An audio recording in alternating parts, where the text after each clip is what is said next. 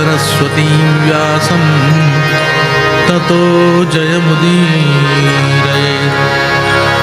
सच्चिदानन्दरूपाय विश्वोत्पत्त्यादिहेतवे तापत्रयविनाशाय श्रीकृष्णाय वयं नमः। यं प्रव्रजन्तमनुपेतमपेतकृत्यं द्वैपायनो विरहकातराजुहाव। पुत्रेति तन्मयतया तरवोऽभिनेदुस्तं सर्वभूतहृदयं मुनिमानतोऽस्मि। ध्येयं सदा परिभवग्नमभीष्टदोहं तीर्थास्पदं शिवविरिञ्चिनुतं शरण्यं। मृत्यार्तिहं प्रणतपालभवाब्धिपूतं वन्दे महापुरुषते चरणारविन्दम्। त्यक्त्वा सुदुस्त्यजसुरेप्सितराज्यलक्ष्मीं धर्मिष्ठ आर्यवचसा यदगादरण्यं। मायामृगं दयितयेप्सितमन्वधावत् वन्दे महापुरुषते चरणारविन्दम्।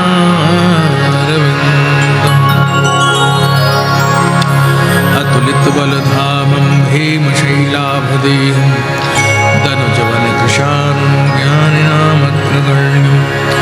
सकलगुणनिधानं वानराणामधीशं रघुपतिप्रियभक्तं वातजातं नमामि। नीलाम्बुदश्यामलकोमलाङ्गं सीतासमारोपितवामभागं। पाणौ महासायकचारुचापं नमामि रामं रघुवंशनाथं। नमामि कृष्णं यदुवंशनाथम्। श्रीरामकृष्णाभ्यां नमः।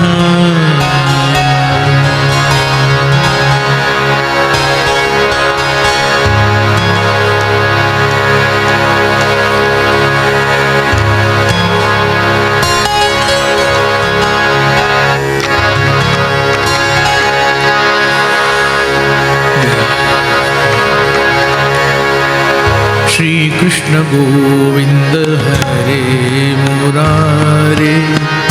हे नाथ नारायण वासुदेव।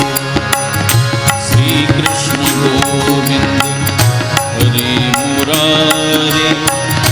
हे नाथ नारायण वासुदेव। हरे मुरारे। हे नाथ नारायण वासुदेव।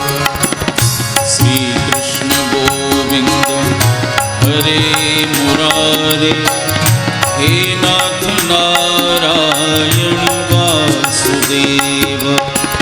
हे नाथ नारायण वासुदेव। हे नाथ नारायण वासुदेव। हे नाथ नारायण वासुदेव। हे नाथ नारायण वासुदेव। हे नाथ नारायण वासुदेव। हे नाथ नारायण वासुदेव। श्री कृष्ण गोविंद हरे मुरारे। हे नाथ नारायण वासुदेव। श्री कृष्ण गोविंद हरे मुरारे। हे नाथ नारायण वासुदेव। हे नाथ नारायण वासुदेव। हे नाथ नारायण वासुदेव। हे नाथ नारायण वासुदेव। हे नाथ नारायण वासुदेव हे नाथ नारायण वासुदेव हे नाथ नारायण वासुदेव। श्री बालकृष्ण लाल की जय।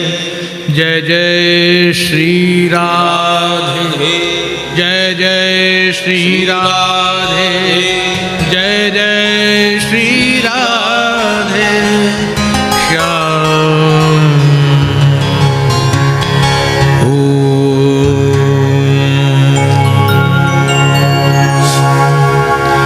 नमो भगवते वासुदेवाय।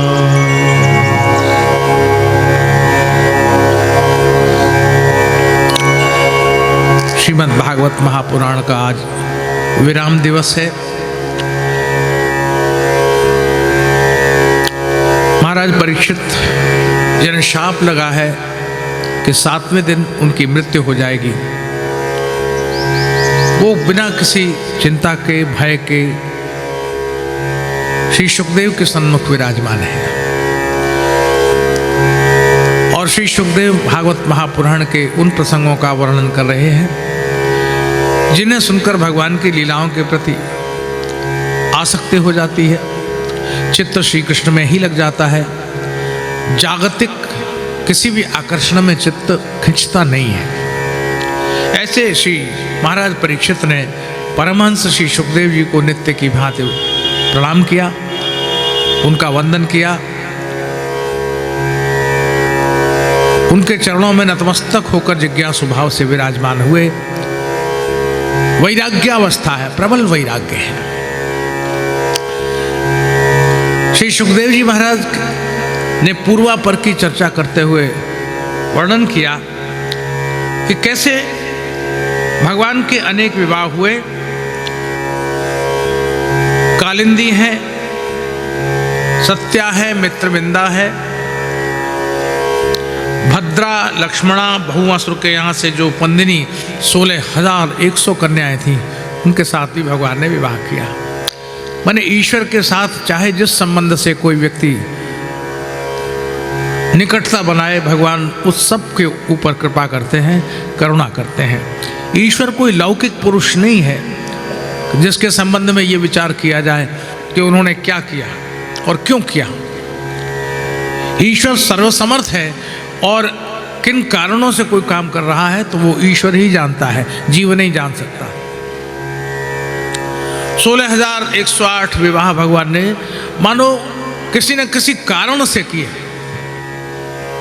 भौमासुर के यहाँ बंदनी ये 16,100 कन्याएं, इनकी मुक्ति के लिए भगवान ने प्रयास किया। अब इनको भेजें कहाँ, कोई स्वीकार नहीं करता। तब भगवान का ये नियम है, जैसे कोई स्वीकार नहीं करता भगवान स्वीकार करते हैं।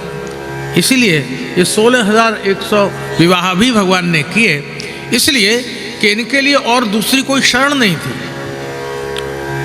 तो भगवान की गृहस्थी में 16,108 रानियां और महारानियां हैं और इन सब से 10-10 संतानें हुई। बड़ा कुटुंब हो गया। लेकिन रुक्मिणी जी को बड़ा अपने रूप पर गर्व था, रूप गर्विता थी रुक्मिणी जी। तो भगवान ने रुक्मिणी जी को प्रस्ताव किया कि राजपुत्री, तुम्हारे साथ विवाह करके मुझे लगता है कि ये तालमेल ठीक नहीं है। तुम बहुत सुंदरी हो और मैं सांवला हूँ और मेरा रूप तुम्हारे रूप से ठीक मेल नहीं खाता, तो तुम्हारा ब्याह करा दूँ। तो रुक्मिणी जी घबरा गई और नेत्रों से अश्रु बहने लगे। जब आंसू देखे तो भगवान ने मनाना शुरू कर दिया। अब भगवान मनाते हैं और रुक्मिणी जी को मनाते हैं तो ये संदेश क्या जाता है कि घरवाली को हमेशा मना के रखो। घरवाली रूठ गई तो संकट में पड़ जाओगे। भगवान मना रहे, जब ईश्वर अपनी पत्नी को मनाता है तो हमको भी ध्यान रखना चाहिए, घरवाली किसी भी तरह से रूठे नहीं, उसको मनाए रखो, बनाए रखो और तकरार मत करो। भगवान ने रुक्मिणी जी से कहा, राजपुत्री चिता भूपई लोकपाल विभूति भी, इतने इतने बड़े महानुभाव, महानुभावई श्रीमद भी रूपौदारे बलोर्जितई, बड़े बड़े महानुभाव तुमसे विवाह करना चाहते थे, मैं तुम्हारा दोबारा विवाह कर दूं। तो रुक्मिणी जी की आंखों में आंसू है, रोने लगे। जो तुम तोड़ो श्याम मैं नहीं तोड़ूं रे, जो तुम तोड़ो श्याम मैं नहीं तोड़ूं रे, जो तुम तोड़ो श्याम मैं नहीं तोड़ूं रे, तुम संग तोड़ कृष्ण कौन संग जोड़ूं रे, तुम संग तोड़ कृष्ण कौन संग जोड़ूं रे, जो तुम तोड़ो श्याम मैं नहीं तोड़ूं रे, जो तुम तोड़ो श्याम मैं नहीं तोड़ूं रे। आंखों में आंसू आ गए। तुम चंदन हो तो हम पानी हैं, तुम पुष्प हो तो हम खुशबू हैं, तुम जल हो तो हम मछली हैं, साथ हमेशा बना हुआ है, हम आपको छोड़ करके और किसी का चिंतन स्वप्न में भी नहीं कर सकते। तो भगवान ने फिर मना लिया और अपने ही पीतांबर से उनके बहते हुए अश्रु पहुँच दिए। माँ माँ वैदर्भ्य सूये था, जाने तो आप मत परायणा, मैं जानता हूँ तुम मेरी परायणा हो और मुझे छोड़कर किसी अन्य का चिंतन नहीं कर सकती। तो फिर आपने ऐसा क्यों कहा कि मैं दूसरा विवाह कर लूँ? भाई त्वद्वचः श्रोतु कामेन श्वेल्याचरित मंगने, तुम्हारे मुख से थोड़ी बात सुनने के लिए श्रोतु कामेन, कुछ सुनने की इच्छा से मैंने ऐसा कह दिया। तो रुक्मिणी जी ने कहा आपकी तो ये हंसी हो गई और मेरे तो प्राण जाने लगे, आइंदा से आप नहीं करेंगे ऐसा। भगवान ने कहा नहीं नहीं, कान पकड़े हाथ जोड़े, भगवान कर रहे हैं तो हम क्यों ना करें, हम लोगों को भी करना चाहिए। सबके आगे भले ही आप कितने भी बड़े बने रहें, लेकिन घरवाली हों तो उनकी पूजा नित्य करें, आपको अच्छा फल प्राप्त होगा। ये भी एक संदेश है, भागवत भी अपने आप में सब तरह के संदेश देती है। जीवन की व्यावहारिक परिस्थिति में धर्म पत्नी एक वो जोड़ा होती है जिसके बिना कोई काम अच्छा हो नहीं सकता है, इसलिए मनाए रहो मनाए रहो। ये बड़ा सुंदर वर्णन यहाँ श्री सुखदेव जी महाराज बनी। ये विरागी हैं, वीतरागी हैं, विरक्त संत हैं, लेकिन ये भगवान की गृहस्थी का आनंद ले रहे हैं। देखो क्या हो रहा है। इस तरह बाणासुर के प्रसंग के साथ साथ उषा और अनिरुद्ध के विवाह की भी चर्चा है। बाणासुर की बेटी थी उषा, उसने स्वप्न में अनिरुद्ध को देखा तो उसकी सखी चित्रलेखा ने हरण कर लिया अनिरुद्ध का और अंतःपुर में ले जाकर रख दिया। बाणासुर को पता चला, उन्होंने अनिरुद्ध को बंदी बना दिया। अब तो श्री कृष्ण को मालूम पड़ा, बड़ा भारी युद्ध हुआ और उसमें परास्त करके बाणासुर को भगवान उषा को ले आए, उषा नाम था उसका, हरण करके ले आए। यहाँ पूछा कि अरे ये हरण करके ले आए, तो भगवान ने कहा ये तो हमारी रीत है, हरण करके ले आते हैं, बाद शादी यहाँ कर लेते हैं। तो इस तरह अनिरुद्ध का विवाह भी इसी तरह से हुआ, उषा के साथ धूमधाम हुई, कोई घर में आनंद हुआ। भगवान ने नृग नाम के एक राजा थे जो शाप के कारण, बड़े अजीब स्थिति है, किसी को बहुत देना भी बड़ी गड़बड़ है। दान दिया जाए बहुत अच्छा है, लेकिन दान का बखान किया जाए ये बहुत गड़बड़ है, और दिए हुए दान को वापस ले लिया जाए तो और भी खतरनाक है। तो भगवान जब गए अपनी वाटिका में तो उन्होंने देखा एक बड़ा भारी गिरगिट पड़ा हुआ है। चरण का स्पर्श किया तो एक अद्भुत जीव प्रकट हो गया, मनुष्य प्रकट हो गया। अरे भाई को भगवान, कौर भगवान आप कौन हैं?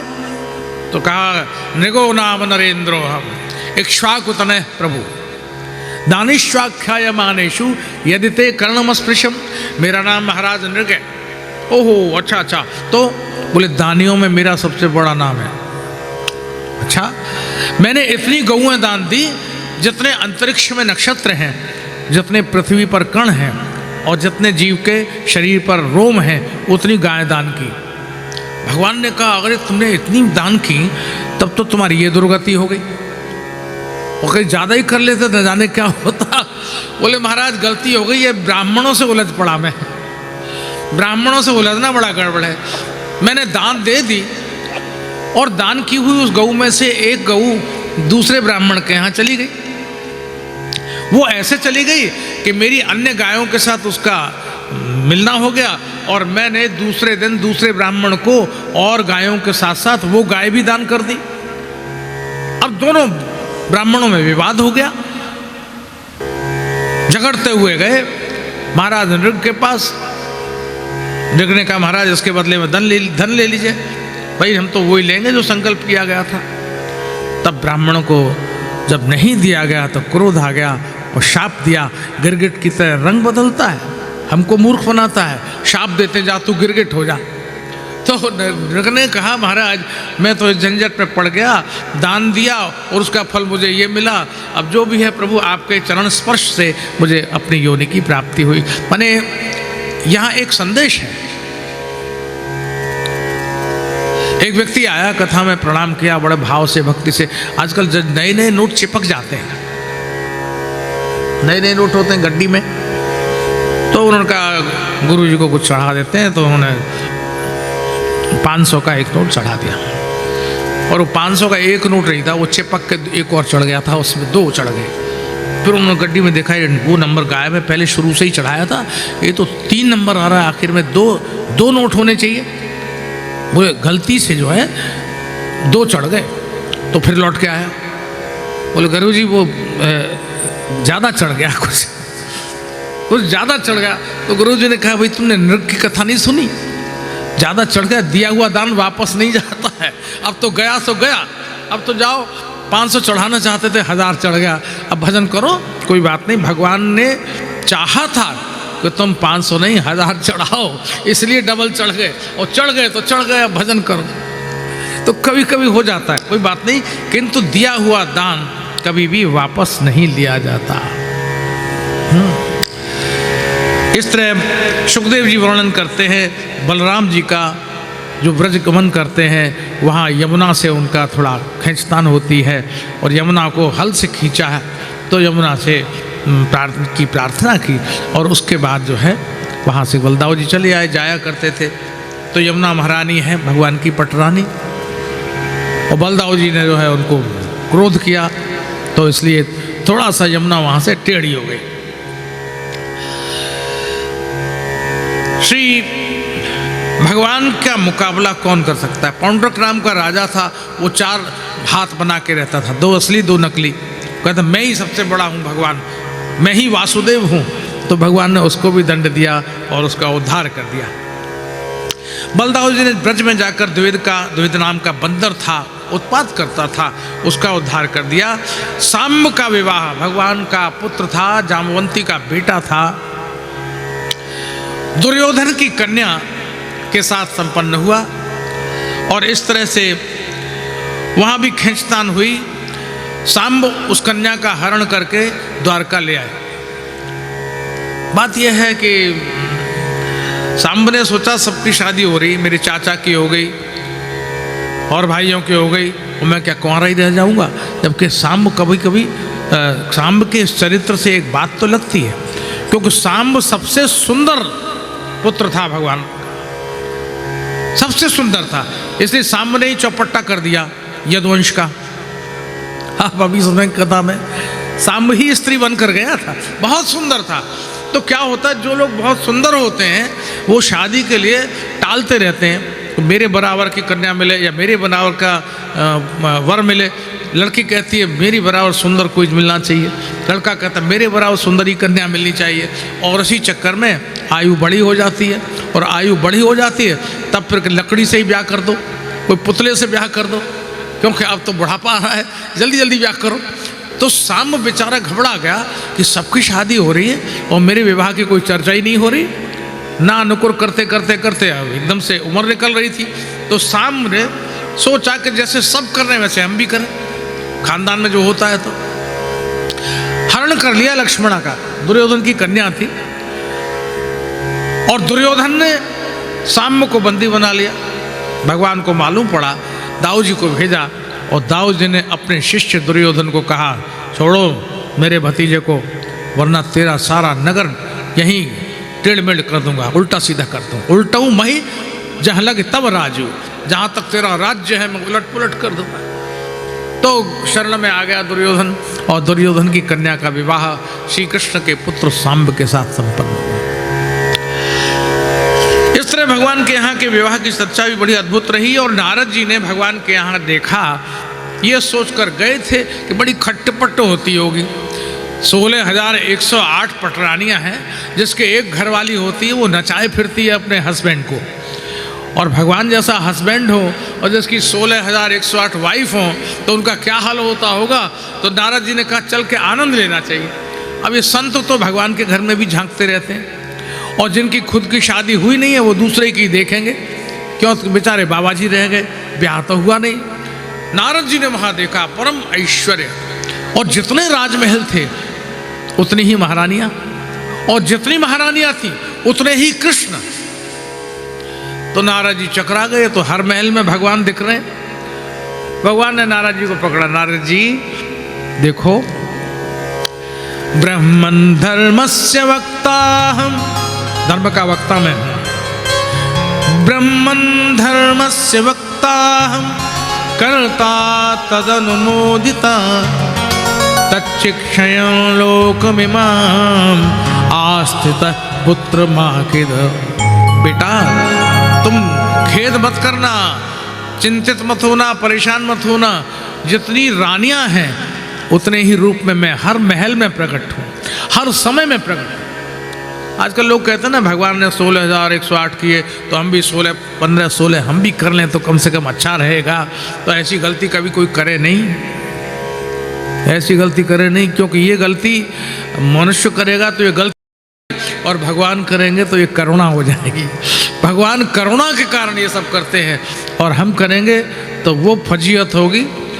1 से 2 हो जाते तो ये आफत आ जाती है, 16 तो दूर की बात है। इसलिए भगवान के 16,108 विवाह संपन्न हुए थे, और भगवान 16,108 रूप से हर महल में विराजते थे और हर रानी को संतुष्ट करते थे। ये योगेश्वरेश्वर कृष्ण का काम हो सकता है, किसी साधारण पुरुष का नहीं हो सकता।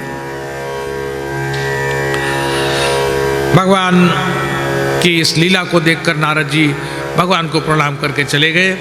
जरासंध का वध करवाना था भगवान को। भगवान ने भीम के हाथों जरासंध को मरवा दिया।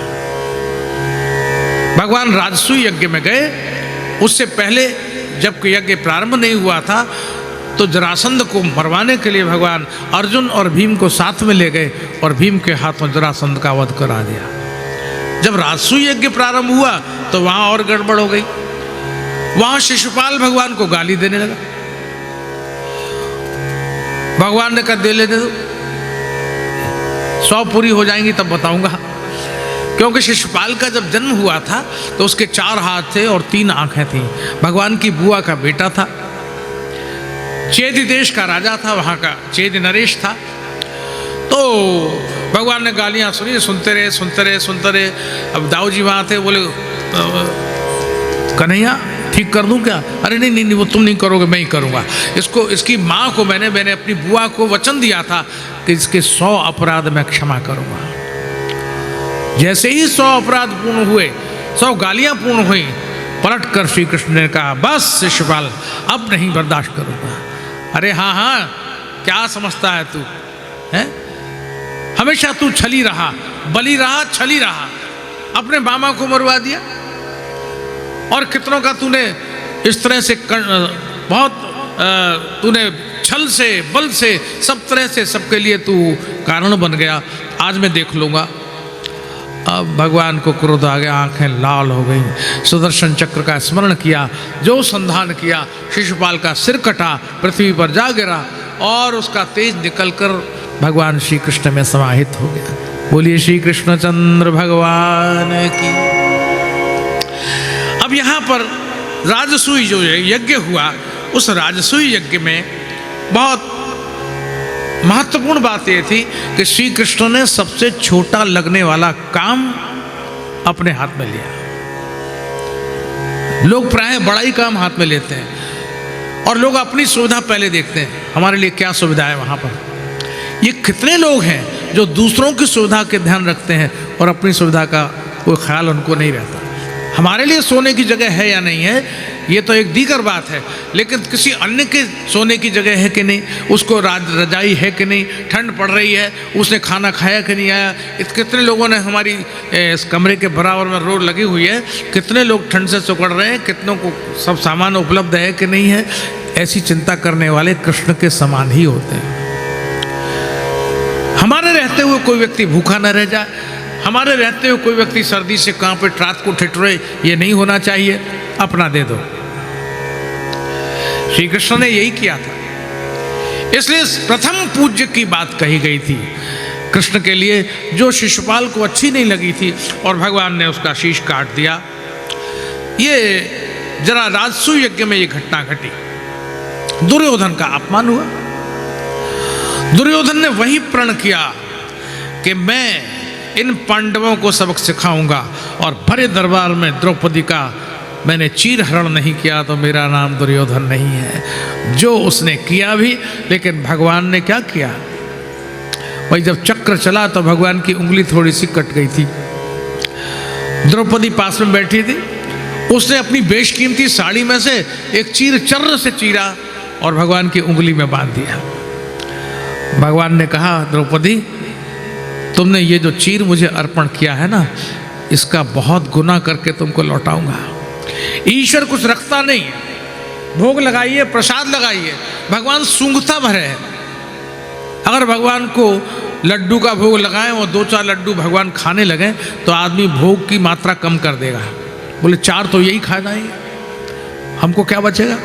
तो वो सोचते हैं कि भगवान खाते तो है ही नहीं, इसलिए ज़्यादा लगाओ और बढ़िया बढ़िया अपने भोग लगाओ, खाएंगे हम ही लोग। इसी तरह से भगवान बहुत गुना करके लौटाते हैं।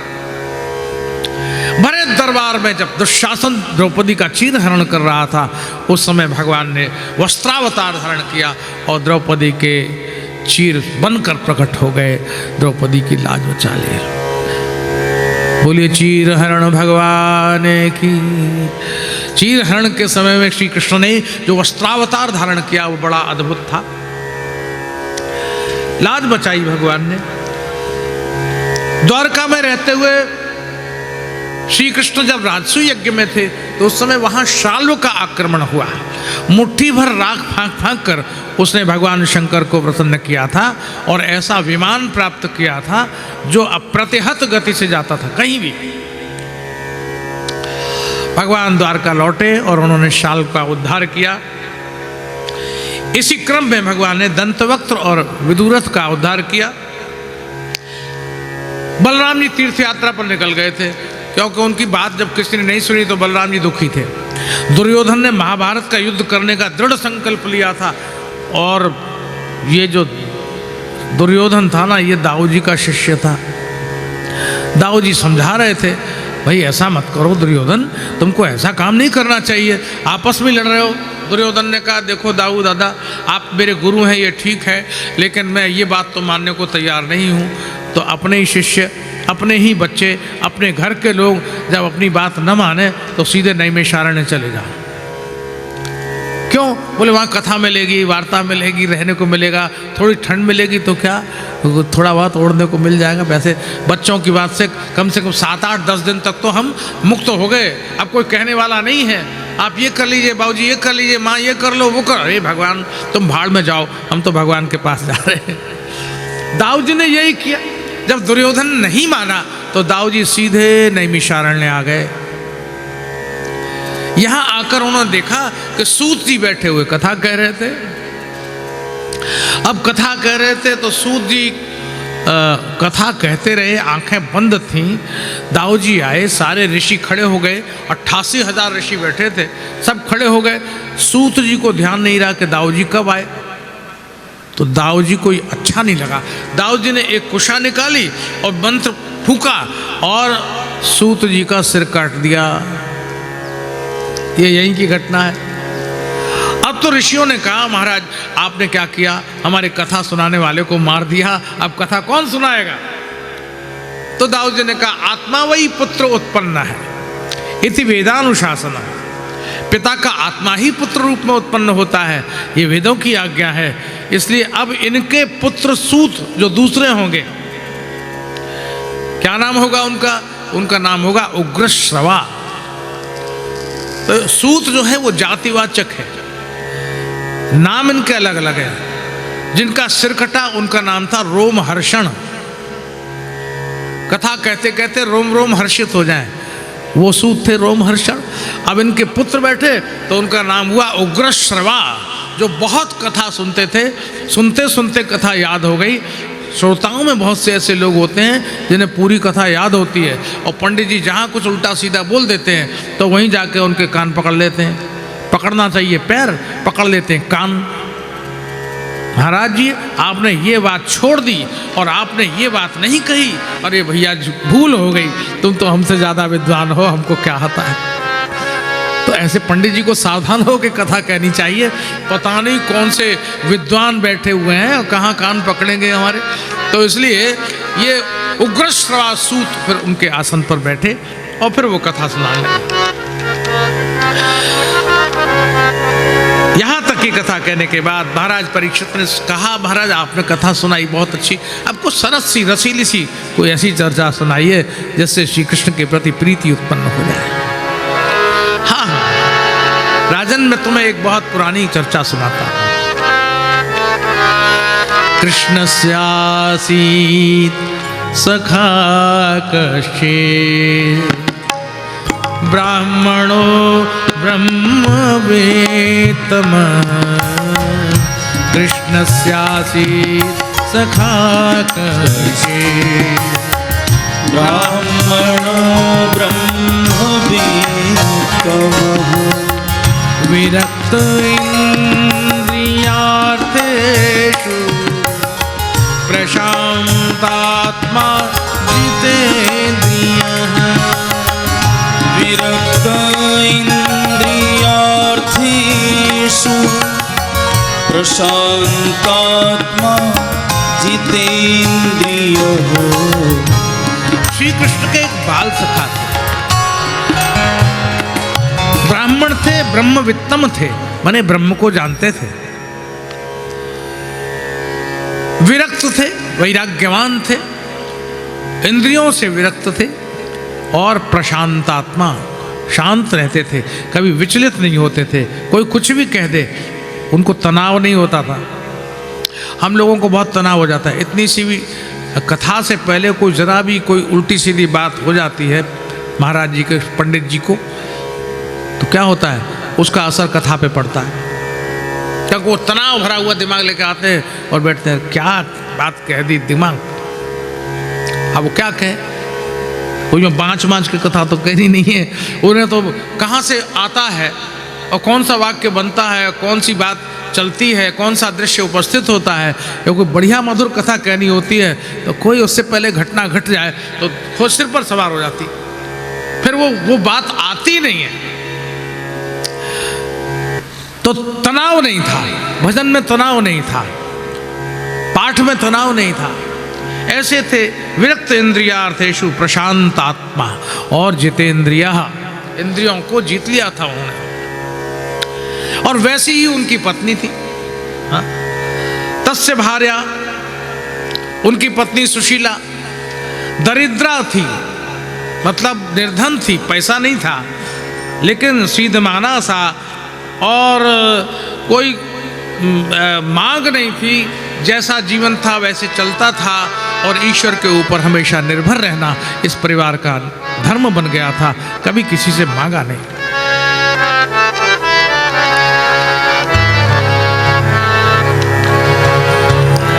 कोई हमसे मांगे तो देना चाहिए अगर हमारी सामर्थ्य है, और कोई हमसे न मांगे ये हम नहीं रोक सकते किसी को, मांगना उसकी आदत है तो उस पर करुणा करनी चाहिए। मांगता है, आदत पड़ गई मांगने की, और अगर बिना मांगे मिलता हो तो बोले बिना मांगे उसी को मिलता है जो मांगता ही नहीं है।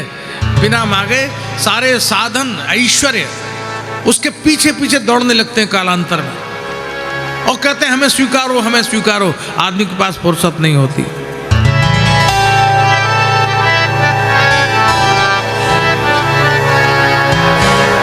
बहुत दिनों के पहले की बात है, वहाँ महाराष्ट्र में 14 लोगों को सरस्वती सम्मान दिया गया था। हमारे एक बहुत श्रद्धेय संत हैं स्वामी संवेदानंद जी सरस्वती, उन्होंने 14 भारतवर्ष के जाने माने लोगों को सरस्वती सम्मान से आदर दिया था। उसमें एक मुझे भी बुला लिया था, मेरे जैसे साधारण व्यक्ति को भी बुला लिया, बोले आपको भी हम सम्मान देना चाहते हैं। बहुत अच्छी बात है, हम गए। उसमें देश के अंतर्राष्ट्रीय ख्याति प्राप्त एक सितार वादक, सरोद वादक थे, अंतर्राष्ट्रीय ख्याति प्राप्त, और इतना नामी आदमी जिनको सम्मानित किया जा रहा था। 50,000 आदमी था, सड़कें पटी पड़ी थी और उसमें सम्मानित किया गया था। और जब हम वहां से लौटे तो कमरे में बोले, आपने मेरा साधारण क्लास में एयर टिकट क्यों करा दिया? आपको मालूम है मैं एग्जीक्यूटिव क्लास में चलता हूं, मैं वीवीआईपी हूं, आपने इतना टिकट। इसके लिए वो झगड़ा कर रहे थे और कह रहे थे इतना पैसा और दो। तो उन्होंने दे दिया, महाराज हमको पता नहीं था, लेकिन उन्होंने दे दिया। लेकिन बाद में ये बात जो निकलती है ना, वो बड़ी दूर तक जाती है। लोग सुनते हैं, कहते हैं इतने बड़े आदमी और उनकी कितनी ओछी। बहुत से लोग किसी मामले में बहुत अच्छे हो सकते हैं, लेकिन बहुत से लोग सोच के मामले में दरिद्र होते हैं, नितांत गरीब आदमी होते हैं। ये फर्क होता है सोच में। इसलिए दरिद्रता माने दीनता ऐसी जिसमें भगवत भक्ति कभी न छूटे, जीवन के प्रत्येक क्षण में हमें ईश्वर याद बना रहे, ये बहुत महत्वपूर्ण है। और फिर धन आना धन जाना, पैसा आना पैसा जाना, जीवन के अलग अलग प्रकार हैं, उनमें हम जीते हैं संसार में। और कितने क्षण लगते हैं जाने में, एक क्षण में आदमी चला जाता है, तो पता नहीं रहता। इसलिए व्यवहार हमेशा ध्यान रहे। इसलिए आप ये देखिए कि सुदामा की प्रिया सुशीला ने सोचा कि हमारे दरिद्र दूर हों तो हमारे प्रियतम उनके पास जाएं जो उनके सखा हैं और वो भगवान है। तो सुशीला ने कहा आप द्वारका जाइए, बावरी है तो कृष्ण मेरे बाल सखा जरूर थे, लेकिन वो अब नहीं है बाल सखा, अब तो वो राजाधिराज महाराज हो गए और मेरे पास तो देने को कुछ नहीं है, हम कैसे भी जीवन बिता लेंगे। बोल नहीं आप जाइए ज़रूर, एक बार जाइए। घरवाली ज़रूर आग्रह करती है। पड़ोस से चावल ले आई और सुदामा को कहा आप ज़रूर जाइए। चावल की पोटली ली, सुदामा को दी, सुदामा ने बांधी। अब सुशीला का तो ये है कि भगवान के पास जाएंगे तो वहाँ से धन मिलेगा। सोच का अंतर देखिए आप।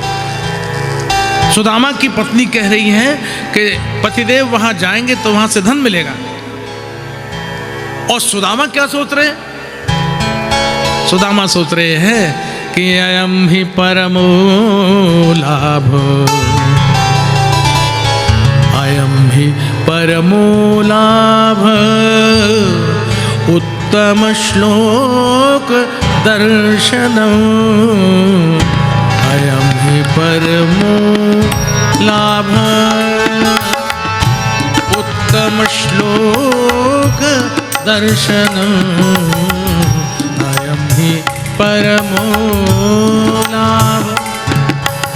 ओह मुझे परम लाभ मिलेगा, बहुत बड़ा लाभ मिलेगा। क्या मिलेगा?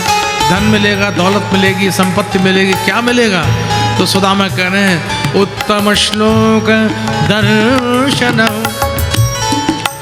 बहुत दिन हो गए कृष्ण को देखे हुए, तो आज मैंने सुना है वो राजा हो गया है, तो इन आंखों से भर आंख उसका दर्शन करूंगा, ये मेरे लिए सबसे बड़ा लाभ है। तो भक्त के लिए सबसे बड़ा लाभ क्या होता है? भगवान का दर्शन।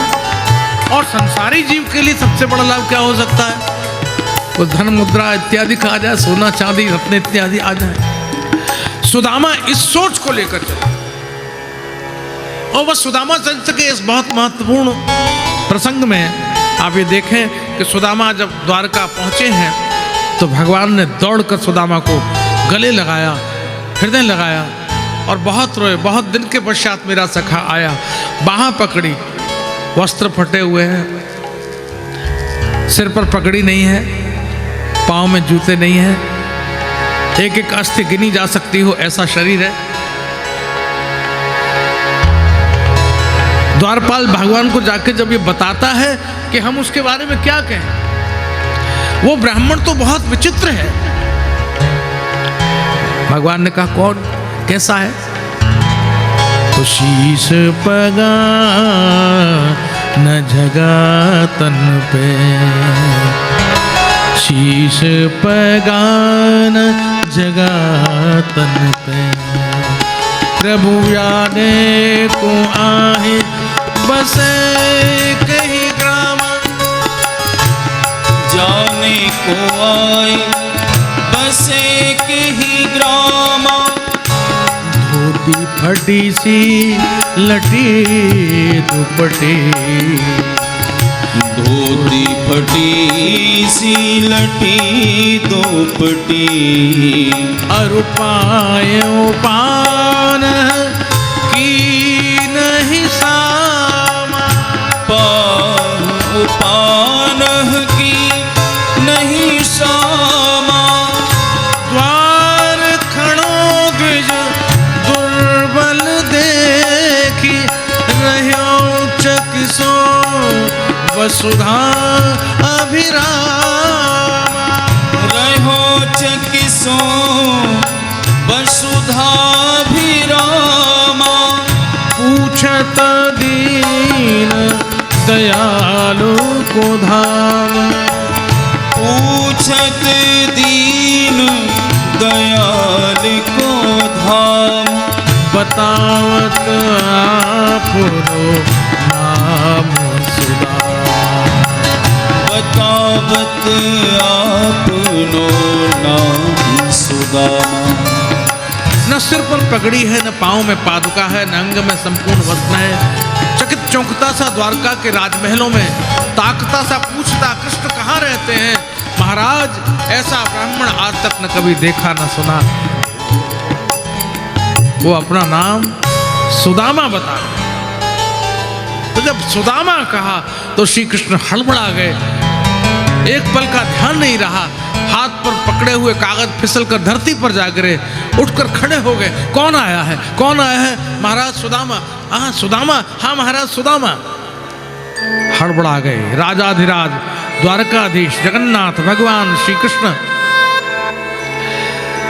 पांव में पहनी हुई पादुकाएं निकल गईं और सीढ़ियां लांघते हुए धरती पर उतर आए, दौड़ चले द्वार की ओर। सुदामा कहाँ है? सुदामा, सुदामा, सुदामा, सुदामा कहते कहते 7 जोड़ी पार करके द्वार पर जा पहुंचे।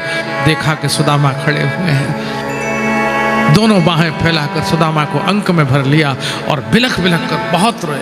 सखा तुम बहुत दिन के बाद आए, तुम बहुत दिन के बाद मिले। सुदामा ने देखा कृष्ण इतना बड़ा आदमी हो गया, लेकिन कृष्ण ने मुझे पहचान लिया। बस ये यहाँ मनुष्यता है, इंसानियत की पहचान। आदमी जिंदगी में कितना भी बड़ा क्यों ना हो जाए, लेकिन बचपन में जिसके साथ खेला खाया है वो उसकी पहचान न खोए। प्रायः लोग भूल जाते हैं, औरों की तो बात क्या, अपनों को भूल जाते हैं। यहाँ सुदामा ने देखा, आहा कृष्ण ने मुझे पहचान लिया, तो बहुत बिलख बिलख कर रोए। कृष्ण कृष्ण वैसा ही है, इसमें बदलाव नहीं आया। आदमी कौन है जो परिस्थितियों के बदलने पर बदलता नहीं है, वो वैसा ही रहता है। श्री कृष्ण ने सुदामा की गलवैयां डाली। सखा तुम बहुत दिन के बाद आए, आओ मेरे साथ, आओ आओ। और इस तरह से गले में बाहें डाले हुए श्री कृष्ण जब भरे दरबार में प्रविष्ट हुए, देश देश के राज राजेंद्र अपने अपने सिंहासनों पर आसीन थे। सबकी दृष्टि उठ गई, सबने देखा ये कौन है? राजाधिराज महाराज, किसी भी राजा की हिमाकत नहीं होती थी कि आंखें उठाकर द्वारकाधीश नाथ से आंखें मिला सके। ये कौन है जिसके अंग पर पूरे वस्त्र नहीं, फटे हुए वस्त्र लिए हुए, ये छोटी छोटी कितना छोटा हो सकता है कोई व्यक्ति? छोटी औकात का आदमी है, छोटी औकात। आदमी की औकात पैसे से नापी जाती है। और महाराज इसको अपने साथ में गलवैया डाल के लिए चले जा रहे हैं। सबकी आंख उठ गई और एक प्रश्न उठ गया, कौन है ये? कौन है? कौन है? कौन है? कौन है? कौन है? देखते नहीं कौन है ये? श्री कृष्ण ने सुदामा को ले जाकर अपने सिंहासन पर बिठा दिया। जिस सिंहासन की ओर आंख उठाकर देखने की हिमाकत कोई नहीं कर सकता था, उस विराट मणिजटित स्वर्ण सिंहासन पर श्री कृष्ण ने अपने सखा सुदामा को विराजमान कर दिया और स्वयं चरणों में बैठ गए। पीछे मुड़कर आवाज लगाई, कोई है?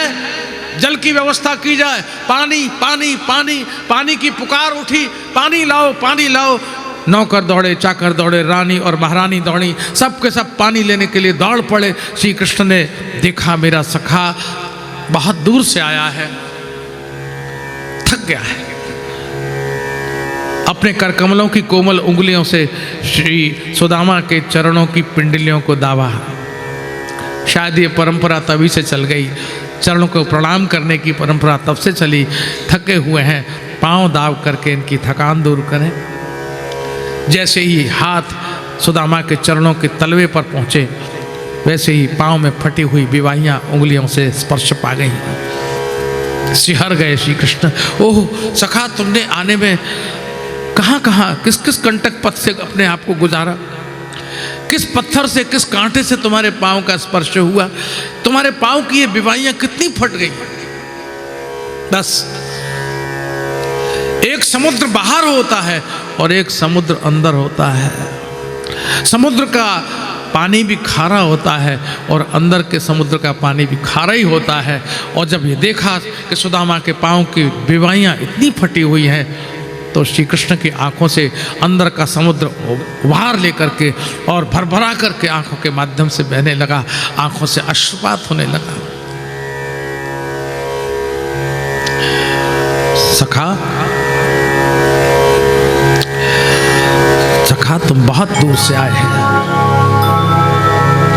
सुदामा की फटी हुई विवाहियों में फंस गई दृष्टि श्री कृष्ण की, फंस गई उंगलियों का स्पर्श। जब तक कोई पानी लाए तब तक तो श्री कृष्ण ने सुदामा के चरणों को अपने आंसुओं से पखार दिया। ऐसे बिहाल बिवाइन सो पग कंटक जाल लगे पुनि जोए। हाय महादुख पायो सखा, तुम आए इतन किते दिन खोए। देखी सुदामा की दीन दशा, देखी सुदामा की दीन दशा। करुणा करके करुणा निधि रोए। करुणा करके करुणा निधि रोए।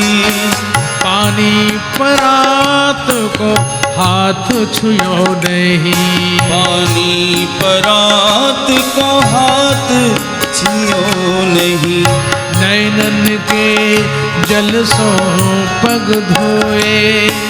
नैनन के जल सो पग धोए। नैनों से बरसती हुई बरसात ने सुदामा के चरणों को पखार दिया। लोग परात में पानी लेकर आए लेकिन उसको छुआ भी नहीं। ये आंखों से बरसते हुए पानी की कीमत दुनिया का कौन जौहरी लगा सकता है?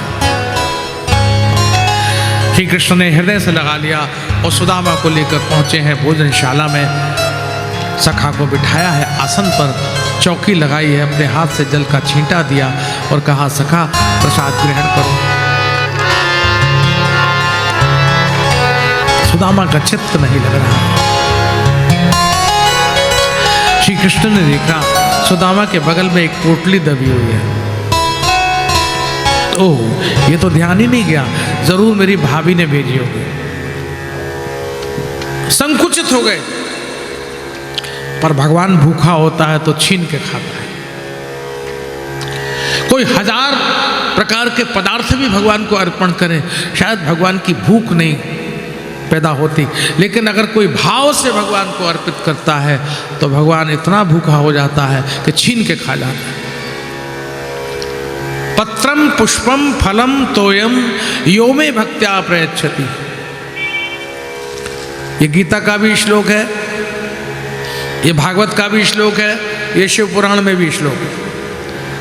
इसका अर्थ यह है कि भाव का भूखा है भगवान।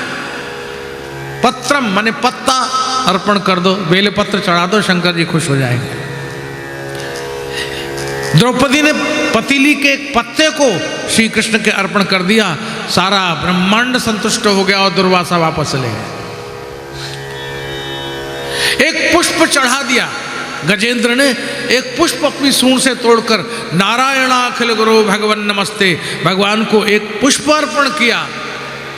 नारायण दौड़ पड़े और गज को बचा लिया, ग्राह का उद्धार कर दिया। फलम, भगवान को फल ही अर्पण कर दो।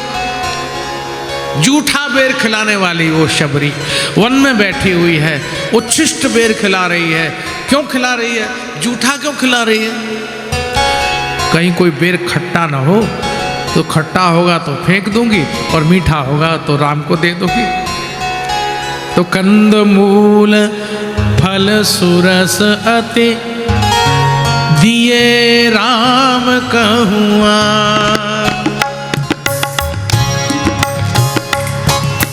कंद मूल फल सुरस अति दिए राम कहूआ, प्रेम सहित प्रभु खाए, प्रेम सहित प्रभु खाए, बारंबार बखान, बारंबार बखान।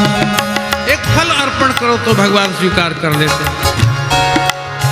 और कुछ नहीं है तो जल ही अर्पण कर दो। महाराज रंती देव के पास सब कुछ देने के बाद पानी ही तो बचा था और वो भी अर्पण कर दिया तो भगवान प्रकट हो गए। भगवान कहते हैं पत्र पुष्प फल जल कुछ भी दोगे, अगर भाव के साथ दोगे तो स्वीकार हो जाएगा। भगवान ने सुदामा के बगल में दबे हुए तंदुल की पोटली को छीन लिया, वस्त्र फट गया, एक मुट्ठी खाई, सारा ब्रह्मांड का ऐश्वर्य सुदामा के नाम कर दिया। दूसरा फांकने वाले थे, हाथ रोक लिया रुक्मिणी जी ने, बस अब क्या हमको भी इनकी दासी बनाएंगे, सब कुछ तो दे दिया आपने। भगवान ने इस तरह भगवान ने सुदामा को परम ऐश्वर्य प्रदान किए। सुदामा चलने को हुए, भगवान विदा करने द्वार तक आए और सुदामा ने कुछ कहा नहीं, क्योंकि वो मांगने तो आए ही नहीं थे। सुशीला ने कहा था जाओ तो देंगे, यहाँ भगवान ने कुछ दिया ही नहीं। कभी कभी लगता है कि इन्होंने कुछ दिया नहीं, ऐसा लगता है, बहुत जगह ऐसा होता है, खासतौर से ब्राह्मणों के लिए तो होता है इन्होंने कुछ दिया नहीं, इन्होंने कुछ दिया नहीं, लेकिन कालांतर में क्या मिलने वाला है उनको कुछ पता ही नहीं है। इसलिए वो क्या करते हैं, धता है तेरे नाम की। हमारे ब्रज के जो हमारे पंडित जी, धता है तेरे नाम की जजमान, तेने कछु दिया ही ना है, दांत घिसाए दिए और इतना भोजन कराए दियो और दक्षिणा के नाम पे तेने कछु ना दियो, तो धता है, धता कर देते हैं। लेकिन अगर वो न करें तो उनको क्या मिलने वाला है इसकी तो उनको कल्पना ही नहीं है, वो मन खराब कर लेते हैं। सुदामा की दृष्टि आप देखिए, ये सोच है, बस भागवत महापुराण एक चिंतन देती है। अगर ये चिंतन ठीक हो तो निश्चित रूप से हमने भागवत ठीक सुनी। क्या कह रहे हैं, सुदामा को बड़ा उपहास का पात्र बना देते हैं बहुत जगह, वो डंडा लेकर के टेढ़ा टेढ़ा। सुदामा प्रकांड पंडित थे, बड़े भारी भक्त थे, विद्वान थे। ब्राह्मणों ब्रह्मवित्तमः कहा गया है, ब्रह्म को जो जानता हो वो तो सर्वज्ञानी होगा। और इसी सोच की विशालता कितनी, ये विराट सोच जिसका होगा वो सुदामा जैसा हो जाएगा। सुदामा को कोई शिकायत नहीं, प्रत्यक्षतः भगवान ने सुदामा को कुछ दिया नहीं, खाली अपना वो तंदुल और खा गए भगवान। अच्छा खासा गरीब आदमी का वो तंदुल, वो चावल, वो और खा गए। और अब रात लौट के आएंगे, पता नहीं कुछ खाने रास्ते में मिलेगा कि नहीं मिलेगा।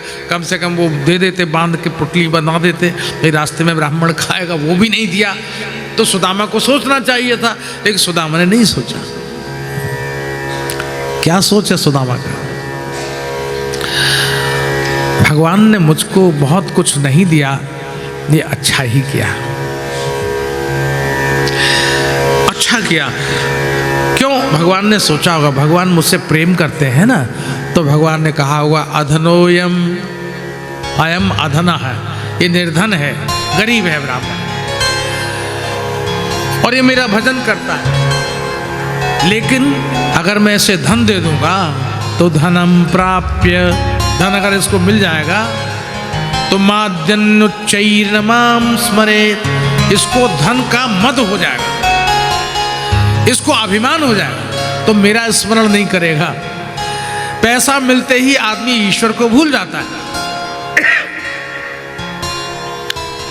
वरना तो आजकल बिलिंग कर देते हैं, बिल बना देते हैं, पानी इतने का पिया और खाना इतने का खाया और किराया हमारा इतने का लगा और हमारे इतनी देर जहाँ बैठते हैं वहाँ इतना पैसा बैठते हैं, इसलिए ताकि वहाँ इतना पैसा देना पड़ता है। और पधरामणी में इतना 1100 रुपये कम से कम दक्षिणा शुरुआती तो है ही, बाकी 11,000, 21,000, 1 लाख, 1.25 लाख। हम बड़े हैं ना, हम बैठेंगे, तुम्हारे घर आके बैठेंगे तो इतना रुपया ले लेंगे। हर चीज़ जो है बड़ी व्यावसायिक हो गई, और व्यावसायिक हो गई इसलिए भाव चला गया, और भाव चला गया तो भगवान भी चला गया। बिजनेस पॉइंट ऑफ व्यू ठीक है, कलिकाल है, होना चाहिए, लेकिन इन लोगों से भजन नहीं हो सकता। वो कभी भजन नहीं कर सकते ऐसे लोग जो भगवान के नाम को, भगवान की कथा को और भगवान के कीर्तन को, इसको पैसे से तोलते हैं। इनसे भजन नहीं हो सकता। इसलिए सुदामा का सोच क्या है? भगवान ने सोचा होगा मेरा ये भक्त है, मेरा मित्र है, इसलिए निर्धन है, और अगर कहीं धन दे दूंगा तो धन पा करके ये मेरा नाम स्मरण नहीं करेगा। तो भगवान बड़े करुणा में है। इति कारुणिको नूनम धनम में भूरि नाददात, भगवान ने बड़ी करुणा की जो मुझे बहुत सारा धन नहीं दिया। आप समझ गए? क्योंकि सुख में ईश्वर को भूल जाता है जीव, और दुख में ईश्वर को प्रतिपल याद करता है। तो भगवान को ये अपेक्षा रहती है कि मेरा प्रिय भक्त मुझको याद करता रहे, और अगर कहीं धन मिल जाएगा तो मेरी याद भूल जाएगा, और फिर ये धन की ही याद करता रहेगा। तो भगवान की बड़ी करुणा है कि मुझे धन नहीं दिया। घनघोर दुख, जो नर दुख में दुख नहीं माने, जो दुख में दुख नहीं माने, भगवत प्रसादी समझकर प्रत्येक परिस्थिति को अपना लेता है। सुख है तो क्या, दुख है तो क्या, अच्छा है तो क्या, बुरा है तो क्या, हर परिस्थिति में अगर जीने का अभ्यास उसको हो जाता है, वो व्यक्ति कभी दुखी रह नहीं सकता। वो जंगल में भी अलग जगह लेता है। कुछ लोगों को सुख की तलाश होती है और कुछ लोग सुख बना लेते हैं। क्या बेहतर है, सुख खोजना या सुख बनाना? अपनी फैक्ट्री खोलो ना, दूसरों के प्रोडक्ट पर क्यों निर्भर रहते हो? कभी नहीं भी हो सकता, आउट ऑफ मार्केट हो सकता है, मिले मिले न मिले सुख। तो क्या करो, अपना निर्माण करो, भाई दूसरे का नहीं लेंगे, अपने ही बनाएंगे। तो जो लोग सुख बनाने की कला में निष्णात हैं वो लोग बहुत अच्छे हैं, उनके जीवन में कभी दुख आ ही नहीं सकता, क्योंकि वो प्रतिपल प्रत्येक परिस्थिति में सुख बना लेते हैं। कमरा ऐसा नहीं है, गद्दा नहीं मिला, रजाई ओढ़ने को नहीं हुई तो खाने में ये खराबी हो गई, और बाथरूम तो बिल्कुल ख़राब है, टोटी में से पानी बहता चला जा रहा है, कि क्या करे। हर एक चीज़ में नुक्स निकाल करके आदमी हर समय दुखी है। अब प्लम्बर आ नहीं रहा, वो ठीक ही नहीं करा, 4 बार 5 बार कह दिया नहीं आता है, तो क्या करे? काम चलाओ भाई, काम चलाओ। फंस गए तो फंस गए ना, कहीं भी कहीं भी कहीं भी बताता हूँ। जो लोग इस सुख निर्माण की कला में माहिर हैं वो कभी दुखी नहीं हो सकते, तो बहुत अच्छे लोग हैं। तो सुदामा ने अच्छा माना है, भगवान ने नहीं दिया तो बहुत अच्छा माना, मुझे कृष्ण ने कुछ नहीं दिया। सुदामा प्रस्थान कर गए, लेकिन अपनी नगरी में जब गए, बस यही मेरा कहना है, तात्कालिक रूप से हमें हो सकता है कि कोई फल प्राप्त नहीं हो रहा हो, लेकिन कालांतर में हमें क्या मिलने वाला है इसको तो हम जान ही नहीं सकते, क्योंकि वो भविष्य में है। सुदामा को क्या मालूम था क्या हो रहा है वहाँ पर। जब लौट कर गए तो वहाँ देखा जहाँ झोपड़ी थी वहाँ विराट सोने का राजमहल खड़ा हुआ था। ओह, ये तो किसी बड़े आदमी ने यहाँ महल बना लिया, लगता है कौन होगा। तो सेवकों ने आके कहा, महाराज ये महारानी साहब रहती हैं यहाँ पर, उन्होंने आपको याद किया है, आप वहाँ पधारे। ओहो, ये महारानी साहब ने बना लिया। बड़े आदमी भाई कब्जा कर लिया, गरीब की झोंपड़ी भी गई, घरवाली भी गई, बच्चे भी गए, न जाने कहाँ होंगे। तो महारानी साहब क्यों बुला रही हैं, हमने तो कोई कभी ऐसी गलती की नहीं, भूल नहीं की, हम यहाँ थे भी नहीं, हम तो द्वारका गए हुए थे। बोले नहीं, बस वो आपको आशीर्वाद आपसे लेना चाहती है महारानी साहब। ओहो, तो अब आशीर्वाद ही तो बचा है, और घर में 2 टुकड़ा खाने को तो मिलेगा ही नहीं, आशीर्वाद ही है हमारे पास। चलिए कोई बात नहीं, चलते। और सुदामा पहुँचे तो बहुत सुंदर बाग बगीचा, महल, चौबारे, बहुत सुंदर। सुदामा जी जब पहुँचे तो सामने से सुंदर आभूषणों और वस्त्रों से लदी फंदी महारानी साहिबा छम छम चली आ रही थी। सुदामा जी घबरा के प्रणाम करने लगे। कभी कभी ऐश्वर्य इतना बड़ा होता है कि जिससे आशीर्वाद लेना होता है वो हाथ जोड़ के खुद ही प्रणाम करने लगता है। तो महारानी साहब ने कहा, अरे आप क्या कर रहे हैं, आप प्रणाम मत कीजिए, आप तो आशीर्वाद दीजिए। अच्छा हाँ, आशीर्वाद। तो एक आशीर्वाद में हाथ उठ गया और एक सिर झुकाकर प्रणाम करने में झुक गया, क्योंकि मानसिक स्थिति वैसी हो जाती है, उससे आदमी आडंबर से व्यक्ति घबरा जाता है।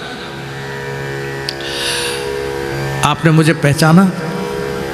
हाँ, मैं पहचान तो रहा हूँ, वैसे तो मैं देखता नहीं हूँ, स्त्रियों की ओर देखता नहीं हूँ। आपको लगता है हाँ ठीक, नहीं आप मेरी ओर देखिए तो सही। नहीं, मैं देखता नहीं हूँ। नहीं, आप एक बार देखिए, आप जरूर, आप पहचान जाएंगे।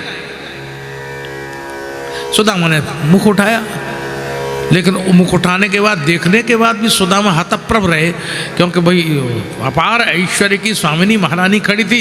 तो सुदामा ने कहा, हाँ मैंने आपको देखा तो है, आप द्वारका से तो नहीं आई हैं? नहीं, मैं द्वारका से नहीं आई हूँ, मैं आपकी पत्नी। सुदामा ने कहा, क्षमा कीजिएगा, एक घरवाली तो पता नहीं कहाँ गई, अब दूसरा ब्याह करने का विचार नहीं है, आप मुझे छोड़ दीजिए, आशीर्वाद ले लीजिए और मैं जाता हूँ, भजन करने का समय हो रहा है। आप क्यों नहीं मान रहे हैं, पहचान क्यों नहीं रहे हैं? मैं आपकी पत्नी सुशीला। और जैसे ही सुशीला कहा, सुदामा ने आंख भर कर देखा, भरा कर आंखों के मार्ग से अश्रुपात झरझर होने लगा।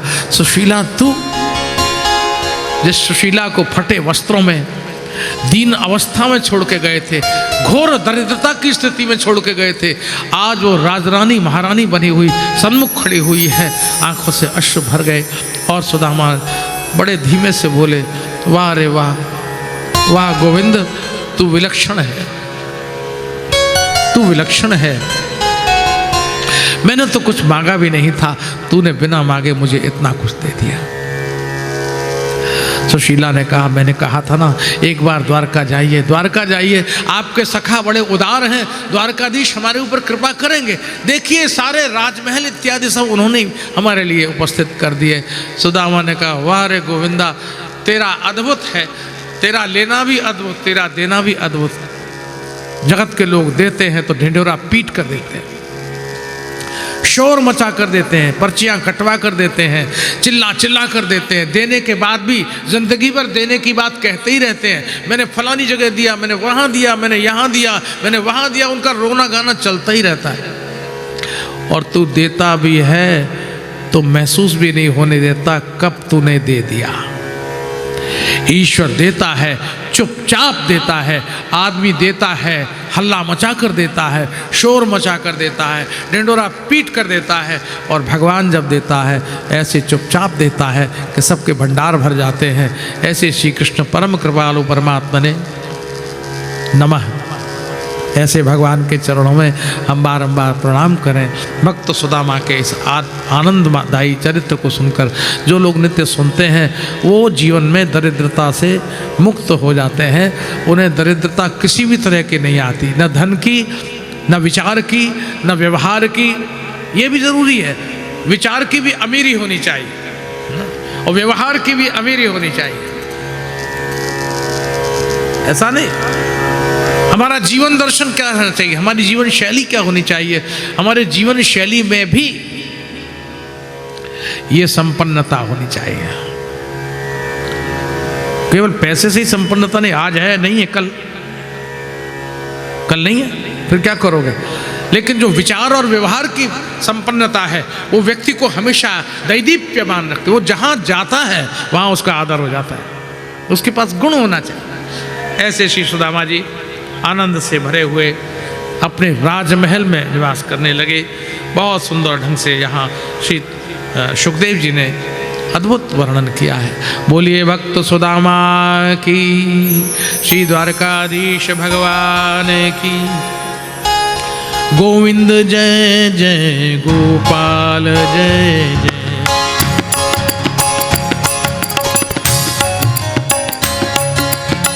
श्री राधा रमण हरि गोविंद जय जय। राधा रमण हरि गोविंद जय जय। गोविंद जय जय गोपाल जय जय। गोविंद जय जय गोपाल जय जय। गोविंद जय जय गोपाल जय जय। गोविंद जय जय गोपाल जय जय। श्री राधा रमण हरि गोविंद जय जय। श्री राधा रमण हरि गोविंद जय जय।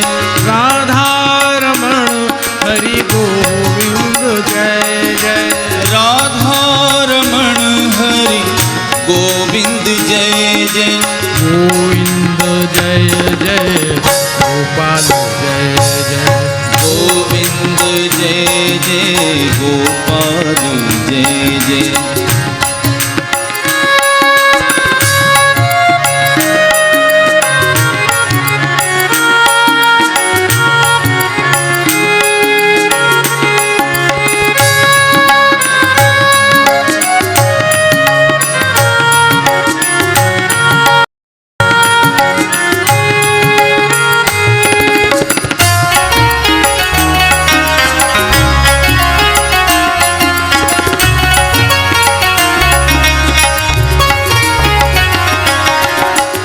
राधा गोविंद भगवान की।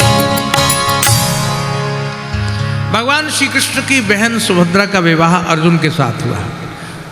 अर्जुन हरण करके ले गए, तीर्थ यात्रा में निकले हुए थे। 1 वर्ष का उन्हें तीर्थाटन करना था ये नियम के अनुसार। और उस समय अर्जुन बाबा जी बने हुए थे तो सुभद्रा का हरण करके ले गए। दाऊ जी बहुत नाराज हुए।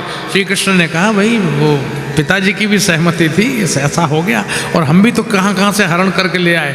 तो जैसा हम करके आए तो हमारी बहन का किसी और ने हरण कर लिया। जो जैसा करता है उसको वैसे करना पड़ता है, उसको भी उसी में शामिल होना पड़ता है। तो दाऊ जी कुछ नहीं बोले, लगता है तेरी इसमें सहमति है। बोले मेरी नहीं है, माई बाबूजी की भी है, उनकी भी है। तो दाऊ जी शांत हो गए। सुभद्रा के साथ अर्जुन का विवाह हुआ। बहुलाश्व श्रुतदेव नाम के एक राजा ब्राह्मण थे, माने बहुलाश्व तो राजा थे और श्रुतदेव एक दीन ब्राह्मण थे।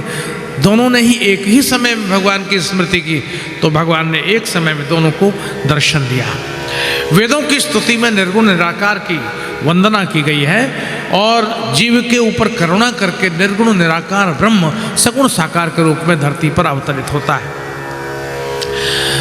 वृकासुर की कथा है, जिसने शरीर का मांस काट काट के शंकर जी पर चढ़ाया और शंकर जी ने पूछा क्या चाहते हो। वो जिसके सिर पर हाथ रख दूं वो भस्म हो जाए। शंकर जी ने तथास्तु कह दिया। वृकासुर ने कहा तो आगे आ जाओ। भगवान ने कहा क्यों? बोले मैं आप पर ही ट्राई मार के देखता हूँ। शंकर जी तो भागे सीधे, बोले ये मूर्ख आदमी मुझसे वरदान लिया और मेरे सिर पर हाथ रखेगा।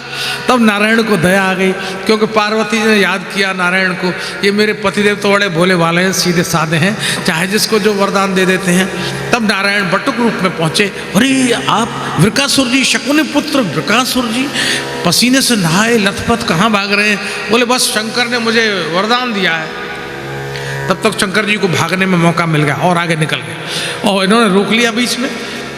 मैं शंकर को ही भस्म करने जा रहा हूँ। अरे भाई वो भांग धतूरा खाए रहते हैं, होश में रहते नहीं, किसको क्या वरदान देते हैं, क्या करते हैं, उनका कोई ठिकाना है? कहीं किसी के सिर पर हाथ रख के कोई भस्म होता है? नहीं होता है, उन्होंने कहा है। बोले नहीं होता भाई, आप अपने सिर पर हाथ रख के देख लो। उसने हाथ रखा, वो भस्म। तो कभी कभी भस्मासुर जैसी स्थिति हो जाती है व्यक्ति की, जिसने परिस्थिति को पैदा किया वो परिस्थिति ही उसे भस्म कर देती है। भृगु जी महाराज ने तीनों देवताओं की परीक्षा ली, भगवान विष्णु ही उसमें समर्थ निकले, क्योंकि तीनों देवताओं में से दो देवताओं को तो जरा क्रोध आ गया, ब्रह्मा जी को भी आ गया है ना, और शंकर जी को भी आ गया। क्षीर सागर में भगवान विष्णु विश्राम कर रहे थे और भृगु जी ने आओ देखा था, जो लात मारी वक्ष पर तो उठ के बैठ गए, और भगवान नारायण ने पांव पकड़ लिए भृगु जी के। महाराज आपके पांव में कहीं चोट लगी हो तो माफ कीजिएगा। अरे लात खाता है और हमारे पांव की चिंता करता है। वाह वाह, इससे विनयशील देवता और कोई नहीं है। लौट कर आकर ये निर्णय सुनाया गया। भृगु जी महाराज सर्वश्रेष्ठ परीक्षक हैं, और भृगु जी ने सारे ऋषियों को ये बात सुनाई। द्वारका में बालक मर जाते थे ब्राह्मण के, और भगवान कृष्ण ने उन समस्त मरे हुए बालकों को लाकर यहाँ सौंप दिया। अर्जुन की परीक्षा भी हो गई। अर्जुन अपने गांडीव पर बड़ा अभिमान करते थे, और अर्जुन ने जब 9वां बालक पैदा होने वाला था तब अर्जुन ने अपने बाणों से उसके घर को आच्छादित कर दिया। बोले अब ये बालक मरेगा नहीं, और अगर मर गया तो मैं चिता जला के मर जाऊंगा। और बालक मर गया। तब ब्राह्मण गाली देने लगा, अरे ये राजा, ये बड़े बड़े लोग, ये धनुष बाण चलाने वाले लोग, ये मेरे बालक को नहीं बचा पाए। कहाँ है अर्जुन? अब क्यों नहीं मरता है यहाँ आके? उसने कहा था मैं मर जाऊंगा, नहीं बचा पाया तो। अब अर्जुन ने कहा मरना ही पड़ेगा। तो अर्जुन ने चिता जलाई, और अर्जुन चिता पर चढ़ने को तैयार हुए। किसी ने आके श्री कृष्ण को कहा, वो अर्जुन महाराज मरने वाले। भगवान ने कहा मर जाने दो। थोड़ी देर में फिर कोई आया, वो अर्जुन महाराज तो चिता पर चढ़ने वाले हैं। भगवान ने कहा चढ़ जाने दो। अर्जुन ने मशाल जलाई, और वहां सूचना दी गई अर्जुन महाराज ने चिता जलाने के लिए मशाल भी जला ली, जला लेने दो। अब ये सारी बातें होती नहीं, भगवान मुस्कुराते रहे। तब तक एक व्यक्ति और आया, अर्जुन महाराज मरने से पहले आपका दर्शन करना चाहते हैं। भगवान ने कहा ये तो मैं पहले ही जानता था, बेकार तुमने इतने चक्कर लगाए। और भगवान पहुंचे वहां कि अर्जुन मरने से पहले तो मुझसे एक बार मिलेगा जरूर, ऐसा हो ही नहीं सकता। पहुंचे श्री कृष्ण, उन्होंने कहा क्यों भाई, क्या नौटंकी है? बोले प्रभु अब मैंने प्रतिज्ञा की थी, मैं बालक को न बचा पाया तो मैं जलकर भस्म हो जाऊंगा। तो तुम जो काम कर नहीं सकते हो वो प्रतिज्ञा किसके बल पे कर लेते हो? क्या जरूरत है? अर्जुन ने कहा आपके बल पर। भगवान ने माथा ठोक लिया, तो मेरे ही बल पे सब करते हो हैं? जो मनमानी चाहे किसको कह देते हो। प्रतिज्ञा प्रतिज्ञा प्रतिज्ञा प्रतिज्ञा, सारी कथाएं प्रतिज्ञा से भरी हुई हैं। उतरो नीचे। और भगवान अर्जुन को लेकर के वहां लोकालोक पर्वत के पार भगवान भूमा नारायण के यहाँ पहुंचे, और उन मरे हुए बालकों को लाकर ब्राह्मण को सौंप दिया। माने ईश्वर सर्वसमर्थ है, जो कुछ कर सकता है कर सकता है, करता है। इस बीच यदुवंश को शाप लग गया। सांब स्त्री बनकर द्वारका के पास में ही पिंडारक नाम का क्षेत्र है, वहां ऋषियों का उपहास करने पहुंच गए। महाराज ये यदुवंश की वधू है, इसके क्या होने वाला है? तो ऋषियों ने कहा ये अकेली बहू इतने बड़े खानदान की और ऐसी अवस्था में यहाँ आएगी, ये हो नहीं सकती, कुछ गड़बड़ है। पहचान गए, ये पेट में कपड़ा बांध के हम लोगों का उपहास करने आया है।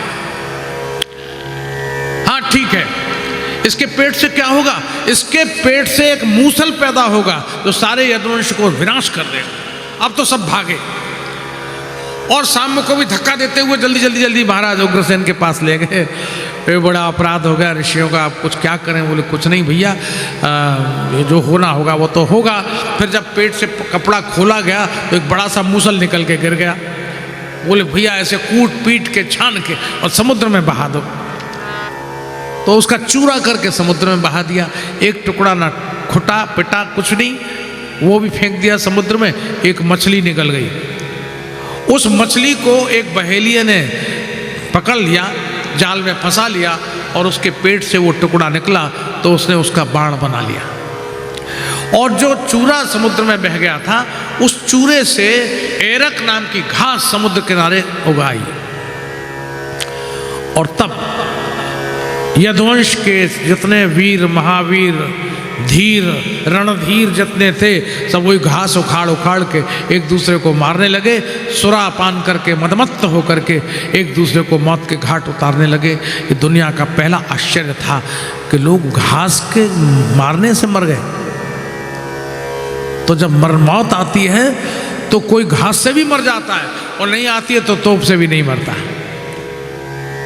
इस तरह सारे यदुवंश का संहार भगवान ने स्वयं करवा दिया, रहते हुए कि पीछे ये बालक मेरे दुष्ट हो गए, नालायक हो गए, संतों की परीक्षा लेने जाते हैं, संतों की हंसी उड़ाते हैं, मेरे वंश में कोई ना बचे।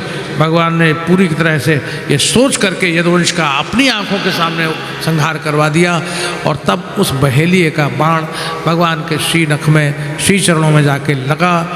तो भगवान ने कहा भाई पिछले अवतार की लेनी देनी थी, तू पिछले अवतार में माली था, मैं राम था, मैंने पीछे छिप करके तुझे मारा। अब जो संसार में आए हैं तो कर्म का बंधन तो मानना पड़ेगा। तो इस अवतार में तुमने बाण मुझे मारकर पिछले जन्म का जो कर्म भोग फल था वो पूरा हो गया। अब लेनी भूल चूक लेनी देनी बात पूरी हो गई। पिछली बार मैंने तुझे मारा, इस बार तूने मुझे मार दिया, अब जा तू स्वर्ग में जा। वो स्वर्ग में चला गया और इस तरह भगवान श्री कृष्ण अपने संपूर्ण श्री विग्रह के साथ अपने धाम में पधारे। चारों तरफ से पुष्प वर्षा होने लगी, जयध्वनि होने लगी। बोलिए श्री कृष्णचंद्र भगवान की। हरे राम राम राम हरे हरे, हरे कृष्ण हरे राम राम राम हरे हरे, हरे कृष्ण कृष्ण कृष्ण हरे हरे। भगवान अपने धाम में पधारे हैं और श्री सुखदेव जी कहते हैं राजन, ये द्वारका में वसुदेव जी का चित्त नहीं लग रहा था, मन उदास था, खिन्न था और एकाग्रता नहीं हो रही थी। उसी समय कृपा करके नारद जी पधारे और नारद जी ने वसुदेव जी को 9 योगीश्वरों का संवाद बताया। 9 योगीश्वर माने महाराज निमि जो जनकपुर के राजा थे, बड़े ज्ञानी थे, उनके यहाँ योगी आते रहते थे, ज्ञानी आते रहते थे। तो 9 योगीश्वर पधारे एक बार। तो महाराज निमि ने प्रत्येक से एक एक प्रश्न किया। पहले योगीश्वर कवि से प्रश्न किया, महाराज भागवत धर्म क्या है? कहा भागवत धर्म ही उपासना है। कायेन वाचा मनसेन्द्रियैर्वा बुद्ध्यात्मना वा नुसत स्वभावात् यत् यत् कर्म करोमि सकलम शंभो तवाराधम, जैसे उसमें कहा गया है, वैसे ही सर्वत्र सब जगह भगवान को ही देखने का अभ्यास हो जाए। यही भगवान की उपासना है, भगवान के निकट रहने का एकमात्र ये उपाय है। आत्यंतिक क्षेम मतलब कल्याण का यही कारण है कि सब जगह हम ईश्वर का दर्शन करें। दूसरे योगेश्वर हरि जी, हरि जी से पूछा भगवत भक्त के लक्षण क्या है, तो कहा सब जगह ईश्वर को देखना, यही भगवत भक्त के लक्षण है। तो उससे अपराध होगा ही नहीं, सब जगह भगवान दिख रहे हैं। ये दूसरा लक्षण। दूसरी बात है, अंतरिक्ष जी से माया के विषय में पूछा। उन्होंने कहा ये माया तो बड़ी कठिन है, जो है ही नहीं, माँ माने नहीं या माने जो है ही नहीं, उसका नाम माया है। तो महाराज माया से छूटने का उपाय क्या है, ये चौथा प्रश्न प्रबुद्ध जी से किया। तो प्रबुद्ध जी ने कहा भाई भगवत भजन से ही माया कट सकती है और कोई दूसरा उपाय नहीं है। जितना संभव हो भजन करो, भजन करो। पिप्पलायन जी ने भगवान के निर्गुण स्वरूप का वर्णन किया और आविर्होत्र जी ने कर्म के 3 प्रकार बताए, कर्म, अकर्म और विकर्म। वेदों ने जो आदेश किया है वो कर्म है, वेदों ने जिसे मना किया है वो विकर्म है, और वेदों ने कहा कि ये मत करो और फिर भी हम करते हैं तो वो अकर्म है, और जो वेदों ने मना किया है वो विकर्म है। ये 3 प्रकार के कर्मों की चर्चा यहाँ की है। दुर्मिल जी ने भगवान के अवतारों का वर्णन किया, नर नारायण, हंस, दत्तात्रेय, सनकादिक, वाराह है, राम है, कृष्ण है, बुद्ध है, कल के, ये सारे अवतारों का वर्णन किया। जीव की गति क्या है, ये चमस जी से पूछा। चमस जी ने कहा भाई जीव की गति जन्म जन्मांतर तक जीव भ्रमित होता ही रहता है, जन्म लेता है फिर मरता है, फिर जन्म लेता है फिर मरता है, और पूर्व संस्कारों के प्रारब्धों के अनुसार उन कर्मों का फल भोगता है। यही जीव की गति है। भगवान का रंग प्रत्येक युग में अवतार लेते हैं, तो कौन कौन सा होता है ये पूछा करभाजन जी से। करभाजन जी ने कहा सतयुग में श्वेत, त्रेता में लाल, द्वापर में श्याम और कलयुग में काला। कृष्ण एकदम काला वर्ण भगवान का होता है। कल क्या अवतार होगा तो काले वर्ण का होगा। इस तरह से श्री नवयोगीश्वर महाराज निमि को ये कथानक सुनाकर वहाँ से अंतर्धान हो गए। भगवान श्री कृष्ण कहते हैं मैं एक पूर्व जन्म की बात सुनाऊं। यहाँ श्री कृष्ण की वाणी है, 11वां स्कंद भगवान श्री कृष्ण की ही वाणी है। भगवान श्री कृष्ण ने कहा कि हमारे पूर्वज महाराज यदु एक बार वन में गए, वहाँ उन्होंने एक अलमस्त फकीर को देखा, आनंद से पड़े हुए थे। तो महाराज यदु ने पूछा आप वन में अकेले, कोई सेवक नहीं, कोई साधक नहीं, आप कैसे समय व्यतीत करते हैं? तो कहा मैंने 24 गुरु बनाए और सबसे कुछ न कुछ सीखा। पृथ्वी से सीखा कि हमेशा क्षमा करो, क्षमाशीलता पृथ्वी से सीखी।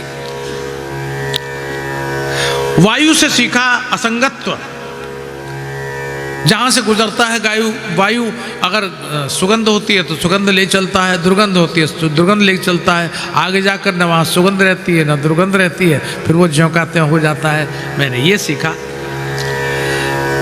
और आकाश से सीखा अखंडता। आकाश को खंड खंड नहीं किया जा सकता, आकाश को कोई अलग नहीं बांट सकता।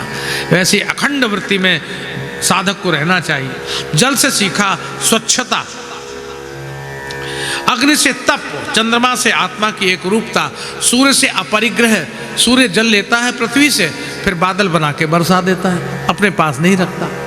इसी तरह साधक को चाहिए संग्रह मत करे, कोई चीज़ अपने पास न रखे, जो आवे सो बादल की तरह बरसा कर बांट दे, सबके सुख में शामिल हो जाए।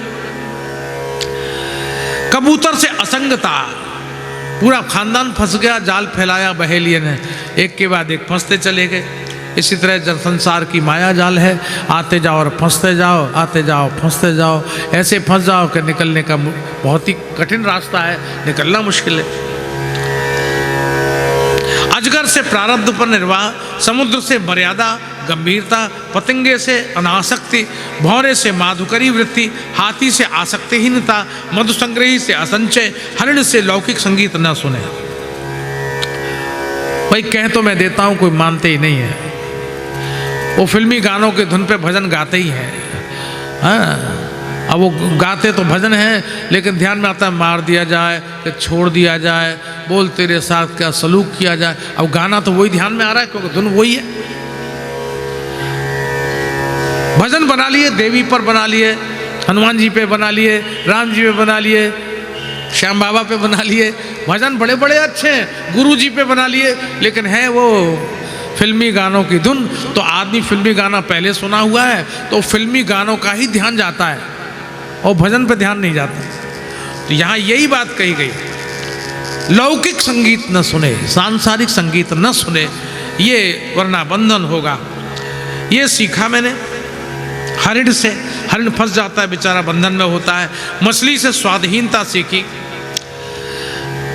एक पिंगला नाम की वेश्या थी, उससे निराशा सीखी। दिन भर प्रतीक्षा करती रही, कोई नहीं आया। आखिर निराश होकर, ओहो आशा है परमम दुखम नैराश्यम परमम सुखम। आशा बहुत दुखदाई है, निराशा में बड़ा सुख है। किसी से आशा न करे कि कोई सेवा करेगा, कोई सेवा एवा नहीं करता। जहाँ अंटी में टका है वो सब सेवा करते हैं, और टका नहीं है तो कोई सेवा को तैयार नहीं होता। बोले कुछ देते लेते तो है नहीं, हो क्या सेवा करेंगे, चलो। इसलिए सब साथ छोड़ देते हैं। घरवाली कहती है बाहर बैठा करो, बहुत हल्ला मचाते हो। और बेटे को जो है बहू को जरा ज़्यादा मान देती है। क्यों? बोले ये टका लाते हैं ना, ये ज़्यादा व्यवस्था करते हैं, घर का सारा इंतजाम इनके हाथ में है। तो भाई अब तुम तो बूढ़े खांसते रहते, तुम्हारा क्या काम है, रोटी दे देंगे तुम्हें, बाहर बैठे रहा करो। ऐसा ही होता है। आशा न करें। कुर्र नाम के पक्षी से त्याग सीखे।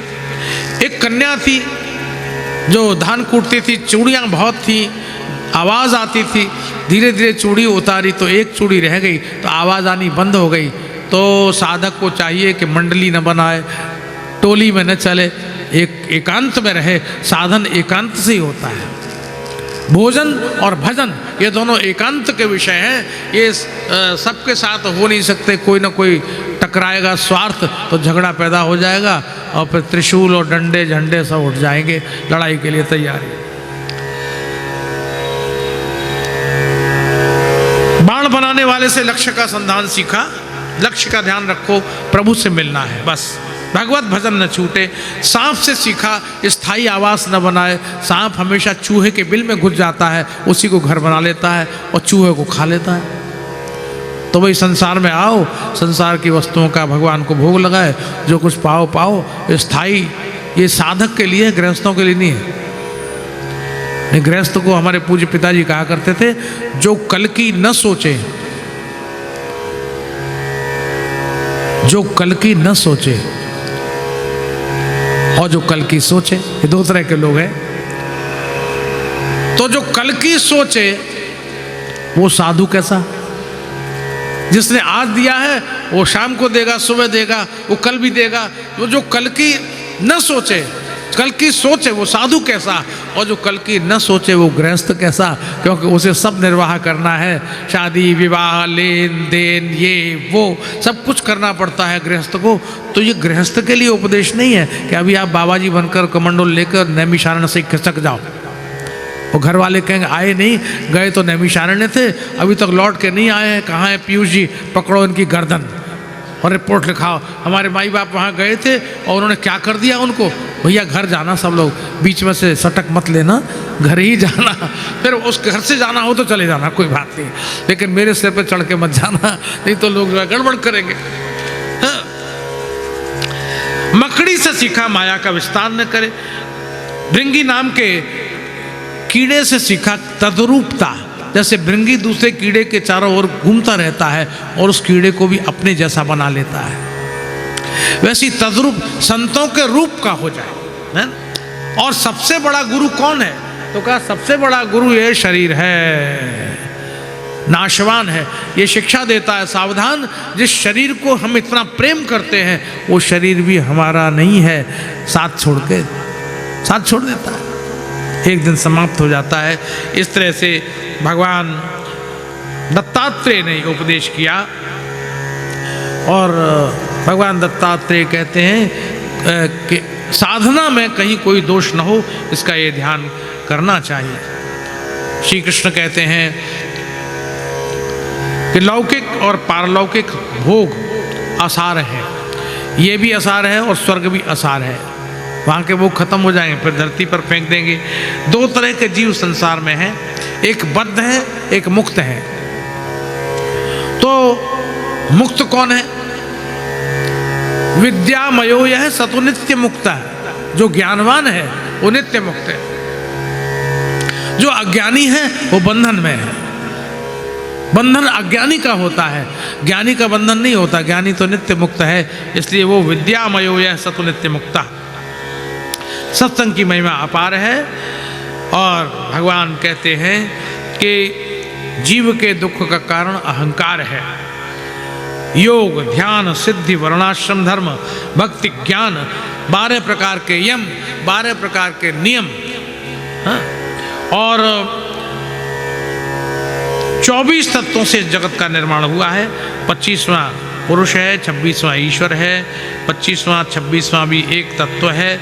एक तितिक्षु ब्राह्मण थे उज्जैन में, जिन्होंने बहुत धन जोड़ा, लेकिन बाद में कुछ घर के लोग, कुछ रिश्तेदार लोग, कुछ चोर, कुछ डाकू, कुछ सरकार, कुछ टैक्स में चला गया, लूटपाट हो गई। आखिर में तो वो अपने लंगोटी पहन के और श्री कृष्ण गुणगान करता हुआ उज्जैनी की गलियों में घूमता रहा और श्री कृष्ण समर्पण में हो गया।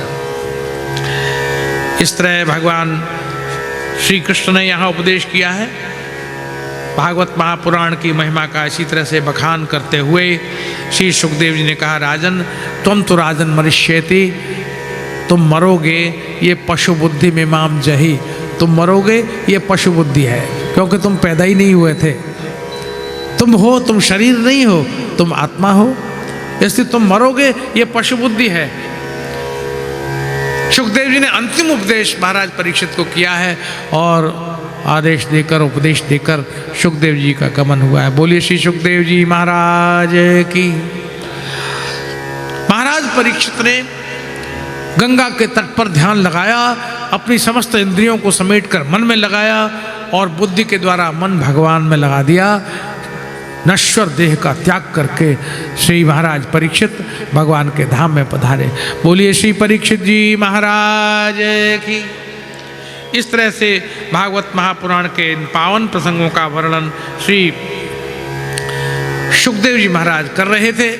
अब सूत जी नैमिषारण्य में आ जाएं, क्योंकि नैमिषारण्य की कथा चल रही है और सूत जी सुखदेव जी द्वारा कही गई कथा सुना रहे थे। अब सुखदेव जी तो चले गए, अब कौन कौन रह गए? सूत रह गए और 88,000 ऋषि रह गए। कल के राजाओं का वर्णन है, कुछ कुछ समय तक कल के राजा होंगे और धीरे धीरे व्यक्ति की बुद्धि, स्मृति, ये सब नष्ट हो जाएगी, कम हो जाएगी। कालेन बलिना राजन नंक्षन्त्यायु बलम स्मृति। काल के साथ साथ आयु, बल और याददाश्त, ये सब धीरे धीरे नष्ट हो जाएगी। कहते हैं याद नहीं रहता, याद नहीं रहता। बुढ़ापा हो गया, याद तो नहीं रहेगा, और फिर तो जवानी में भी याद नहीं रहेगा, और अब और तो याद नहीं रहेगा, क्योंकि लोग जो है वो कैलकुलेटर से गणना करते हैं। पुराने ज़माने में पहाड़ा होता था, है ना, और पहाड़े के आगे भी 40 के पहाड़े तो याद करने ही पड़ते थे, और पहाड़े के आगे ऊँटा है, ड्योड़ा है, पहुँचा है किसी को याद? मुँह जवानी खड़े खड़े हिसाब हो जाता था। अब तो कैलकुलेटर लाओ, और 2 चौक 8 भी करने के लिए उनको कैलकुलेटर की जरूरत पड़ती है। बोले स्मृति क्षीण हो जाएगी, याद ही नहीं रहेगा, ऐसा कल का प्रभाव होगा। तो कल की 5000 वर्ष पहले जो बात कही गई है वो आज घट रही है। कंप्यूटर में फीड कर लो, कंप्यूटर, अरे तुम्हारा दिमाग नहीं है क्या? तो दिमाग में कुछ नहीं करेंगे। कल आने वाला है, क्या आएगा? 5, 7, 10 साल में आदमी कथा नहीं कहेगा, कंप्यूटर को व्यासपीठ पर बिठा देंगे, उसको पूरी कथा याद होगी, और उसके कंप्यूटर को तिलक करेंगे, उसी की पूजा करेंगे, और सबसे बड़ा फ़ायदा ये होगा कंप्यूटर कोई दक्षिणा नहीं लेगा, अपने वही प्रसाद समझ में लेके वापस चले जाओ। बोले सस्ते में निपट गए, बेकार इनको दक्षिणा देते पंडित जी बैठते। तो देखो, फल जो है वो प्रत्यक्षतः करने से होता है। जो मशीनों से मंत्र पढ़वाते हैं, मंत्र चल रहे हैं, मशीनें पढ़ रही हैं, उसका कोई फल मिलने वाला नहीं है। वातावरण जरूर शुद्ध हो जाएगा, लेकिन जो बात अनुष्ठान से होती है, जो पंडित लोग करते हैं, उसका फल मिलता है पूरी तरह से। और यंत्र से अगर हम कुछ काम करें तो यंत्रों से वो फल प्राप्त नहीं होता। इसलिए ये अपना पारंपरिक जो है स्वरूप, वो चलते रहना चाहिए। आपके बीच में लगातार ये 7 दिवस तक कथा चली है और पुनः पुनः समस्त आगंतुकों के प्रति मैं आभार व्यक्त करता हूँ। 12वें स्कंद में कलि का वर्णन किया गया है, कलि के प्रभाव का वर्णन किया गया है।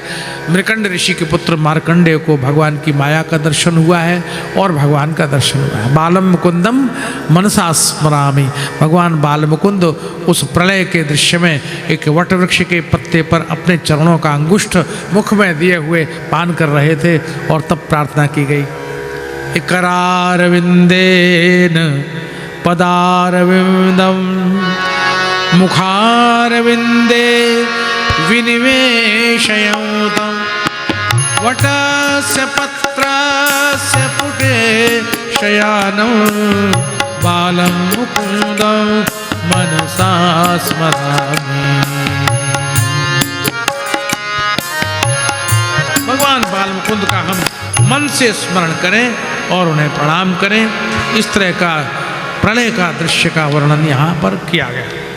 7 दिन तक जिन्होंने कथा सुनी नहीं सुनी, जो बाद में आए, जो बीच में आए, जो आए और सो गए, जो बाद में आकर के सो के भी नहीं सही उठ के चले गए और उनको भूख लगे आई तो खाना खाने चले गए, उतनी कथा छूट गई। चलो हम आपको पूरी भागवत की सूची सुना देते हैं तो आपको फल मिल जाएगा। नमो धर्माय महते नमः कृष्णाय वेदसे ब्राह्मणेभ्यो नमस्कृत्य धर्मान् वक्षे सनातना। भागवत के 12 स्कंद हैं।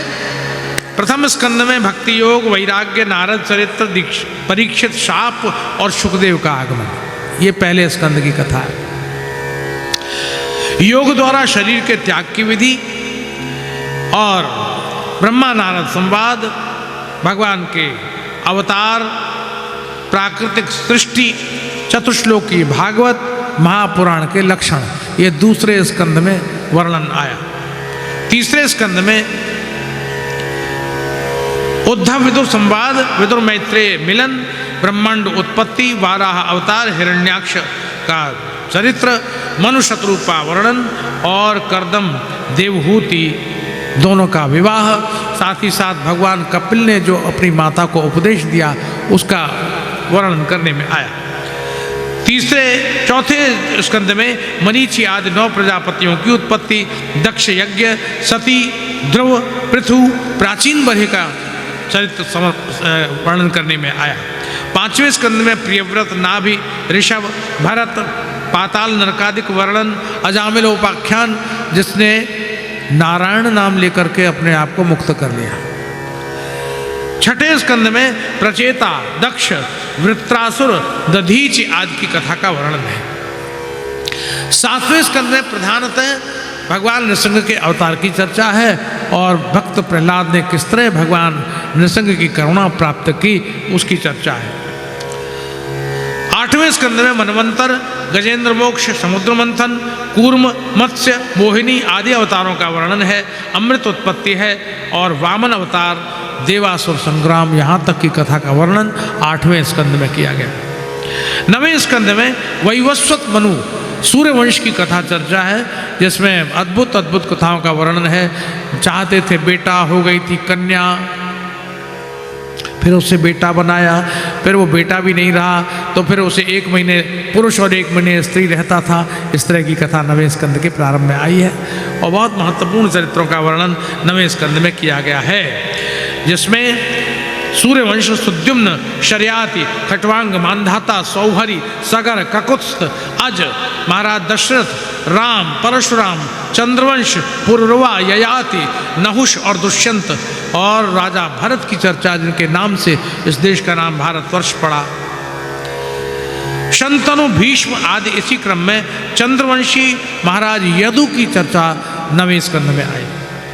10वें स्कंद में श्री कृष्ण का जन्म और उनके पावन बाल चरित्रों का वर्णन करने में आया है। विवाह तक की चर्चा हुई है उत्तरार्ध में। 11वें स्कंद में यदुवंश को शाप, श्री कृष्ण उद्धव संवाद, श्री कृष्ण का स्वधाम गमन, ये हम अभी वर्णन कर चुके हैं। 12वें स्कंद में कलि का प्रभाव, परीक्षित मोक्ष, मार्कंडेय कथा, दोनों ने प्रलय देखी और भगवान का दर्शन किया। ये अभी चर्चा आपके समक्ष की जा चुकी है। ये 12 स्कंद की कथा है और भागवत की संपूर्णता है। आप सबको बहुत बहुत आशीर्वाद, आपका कल्याण हो। भागवत भगवान आपके ऊपर हमेशा कृपा बनाए रखें। नैमिष क्षेत्र में आपका नियमित रूप से यहाँ बैठकर कथा सुनना ये भगवान की कृपा का ही प्रतिफल है, वरना ये बहुत कठिन कार्य था। समय नहीं लोगों के पास, समय निकाल करके आना या रहना बैठना, ये भगवान की पूर्ण कृपा है। तो पतितः स्खलितश्चार्तः श्रुत्वा वा विवशो ब्रुवन् हरये नम इत्युच्चैः मुच्यते सर्वपातकात्। भाई गिरते हुए, फिसलते हुए, उठते हुए, सोते हुए, जागते हुए, चलते हुए, फिरते हुए अगर कोई व्यक्ति इस कलिकाल में श्री हरये नमः अथवा भगवान के नाम का स्मरण करते हैं तो सारे पातकों से, पापों से मुक्त हो जाते हैं। आइए भागवत के अंतिम 2 श्लोकों का हम लोग पाठ करें। हम और आप दोनों ही करेंगे तो भागवत को हम विश्राम की ओर ले जा रहे हैं।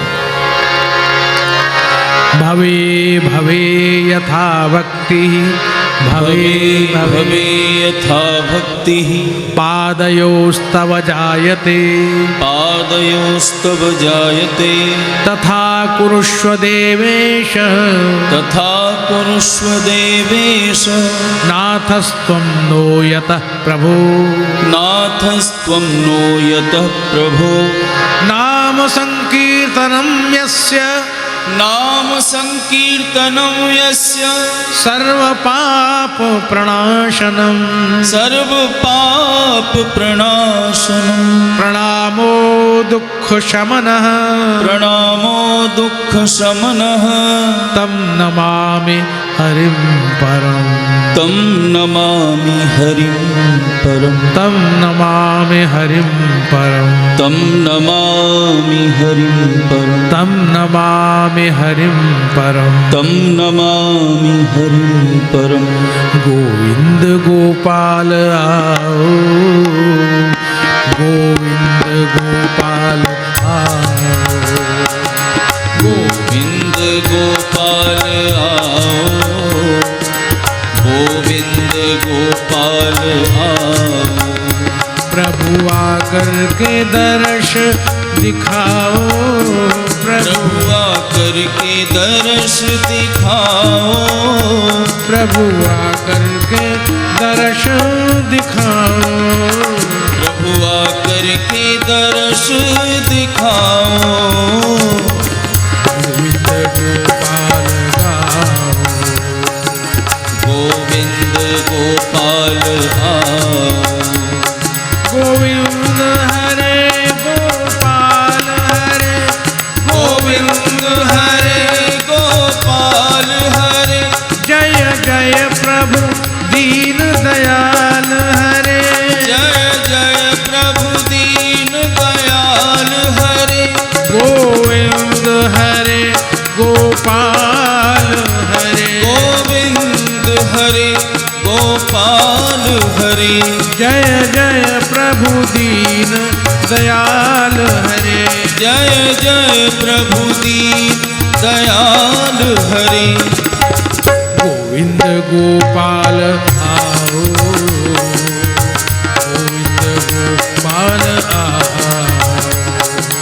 गोविंद गोपाल आओ, गोविंद गोपाल आओ। चंद्रमा मनसो जातश्चक्षुः सूर्यो अजायत, श्रोत्राद्वायुश्च प्राणश्च मुखादग्निरजायत। आरति बाल कृष्ण की जय, आरती बाल कृष्ण की जय। अब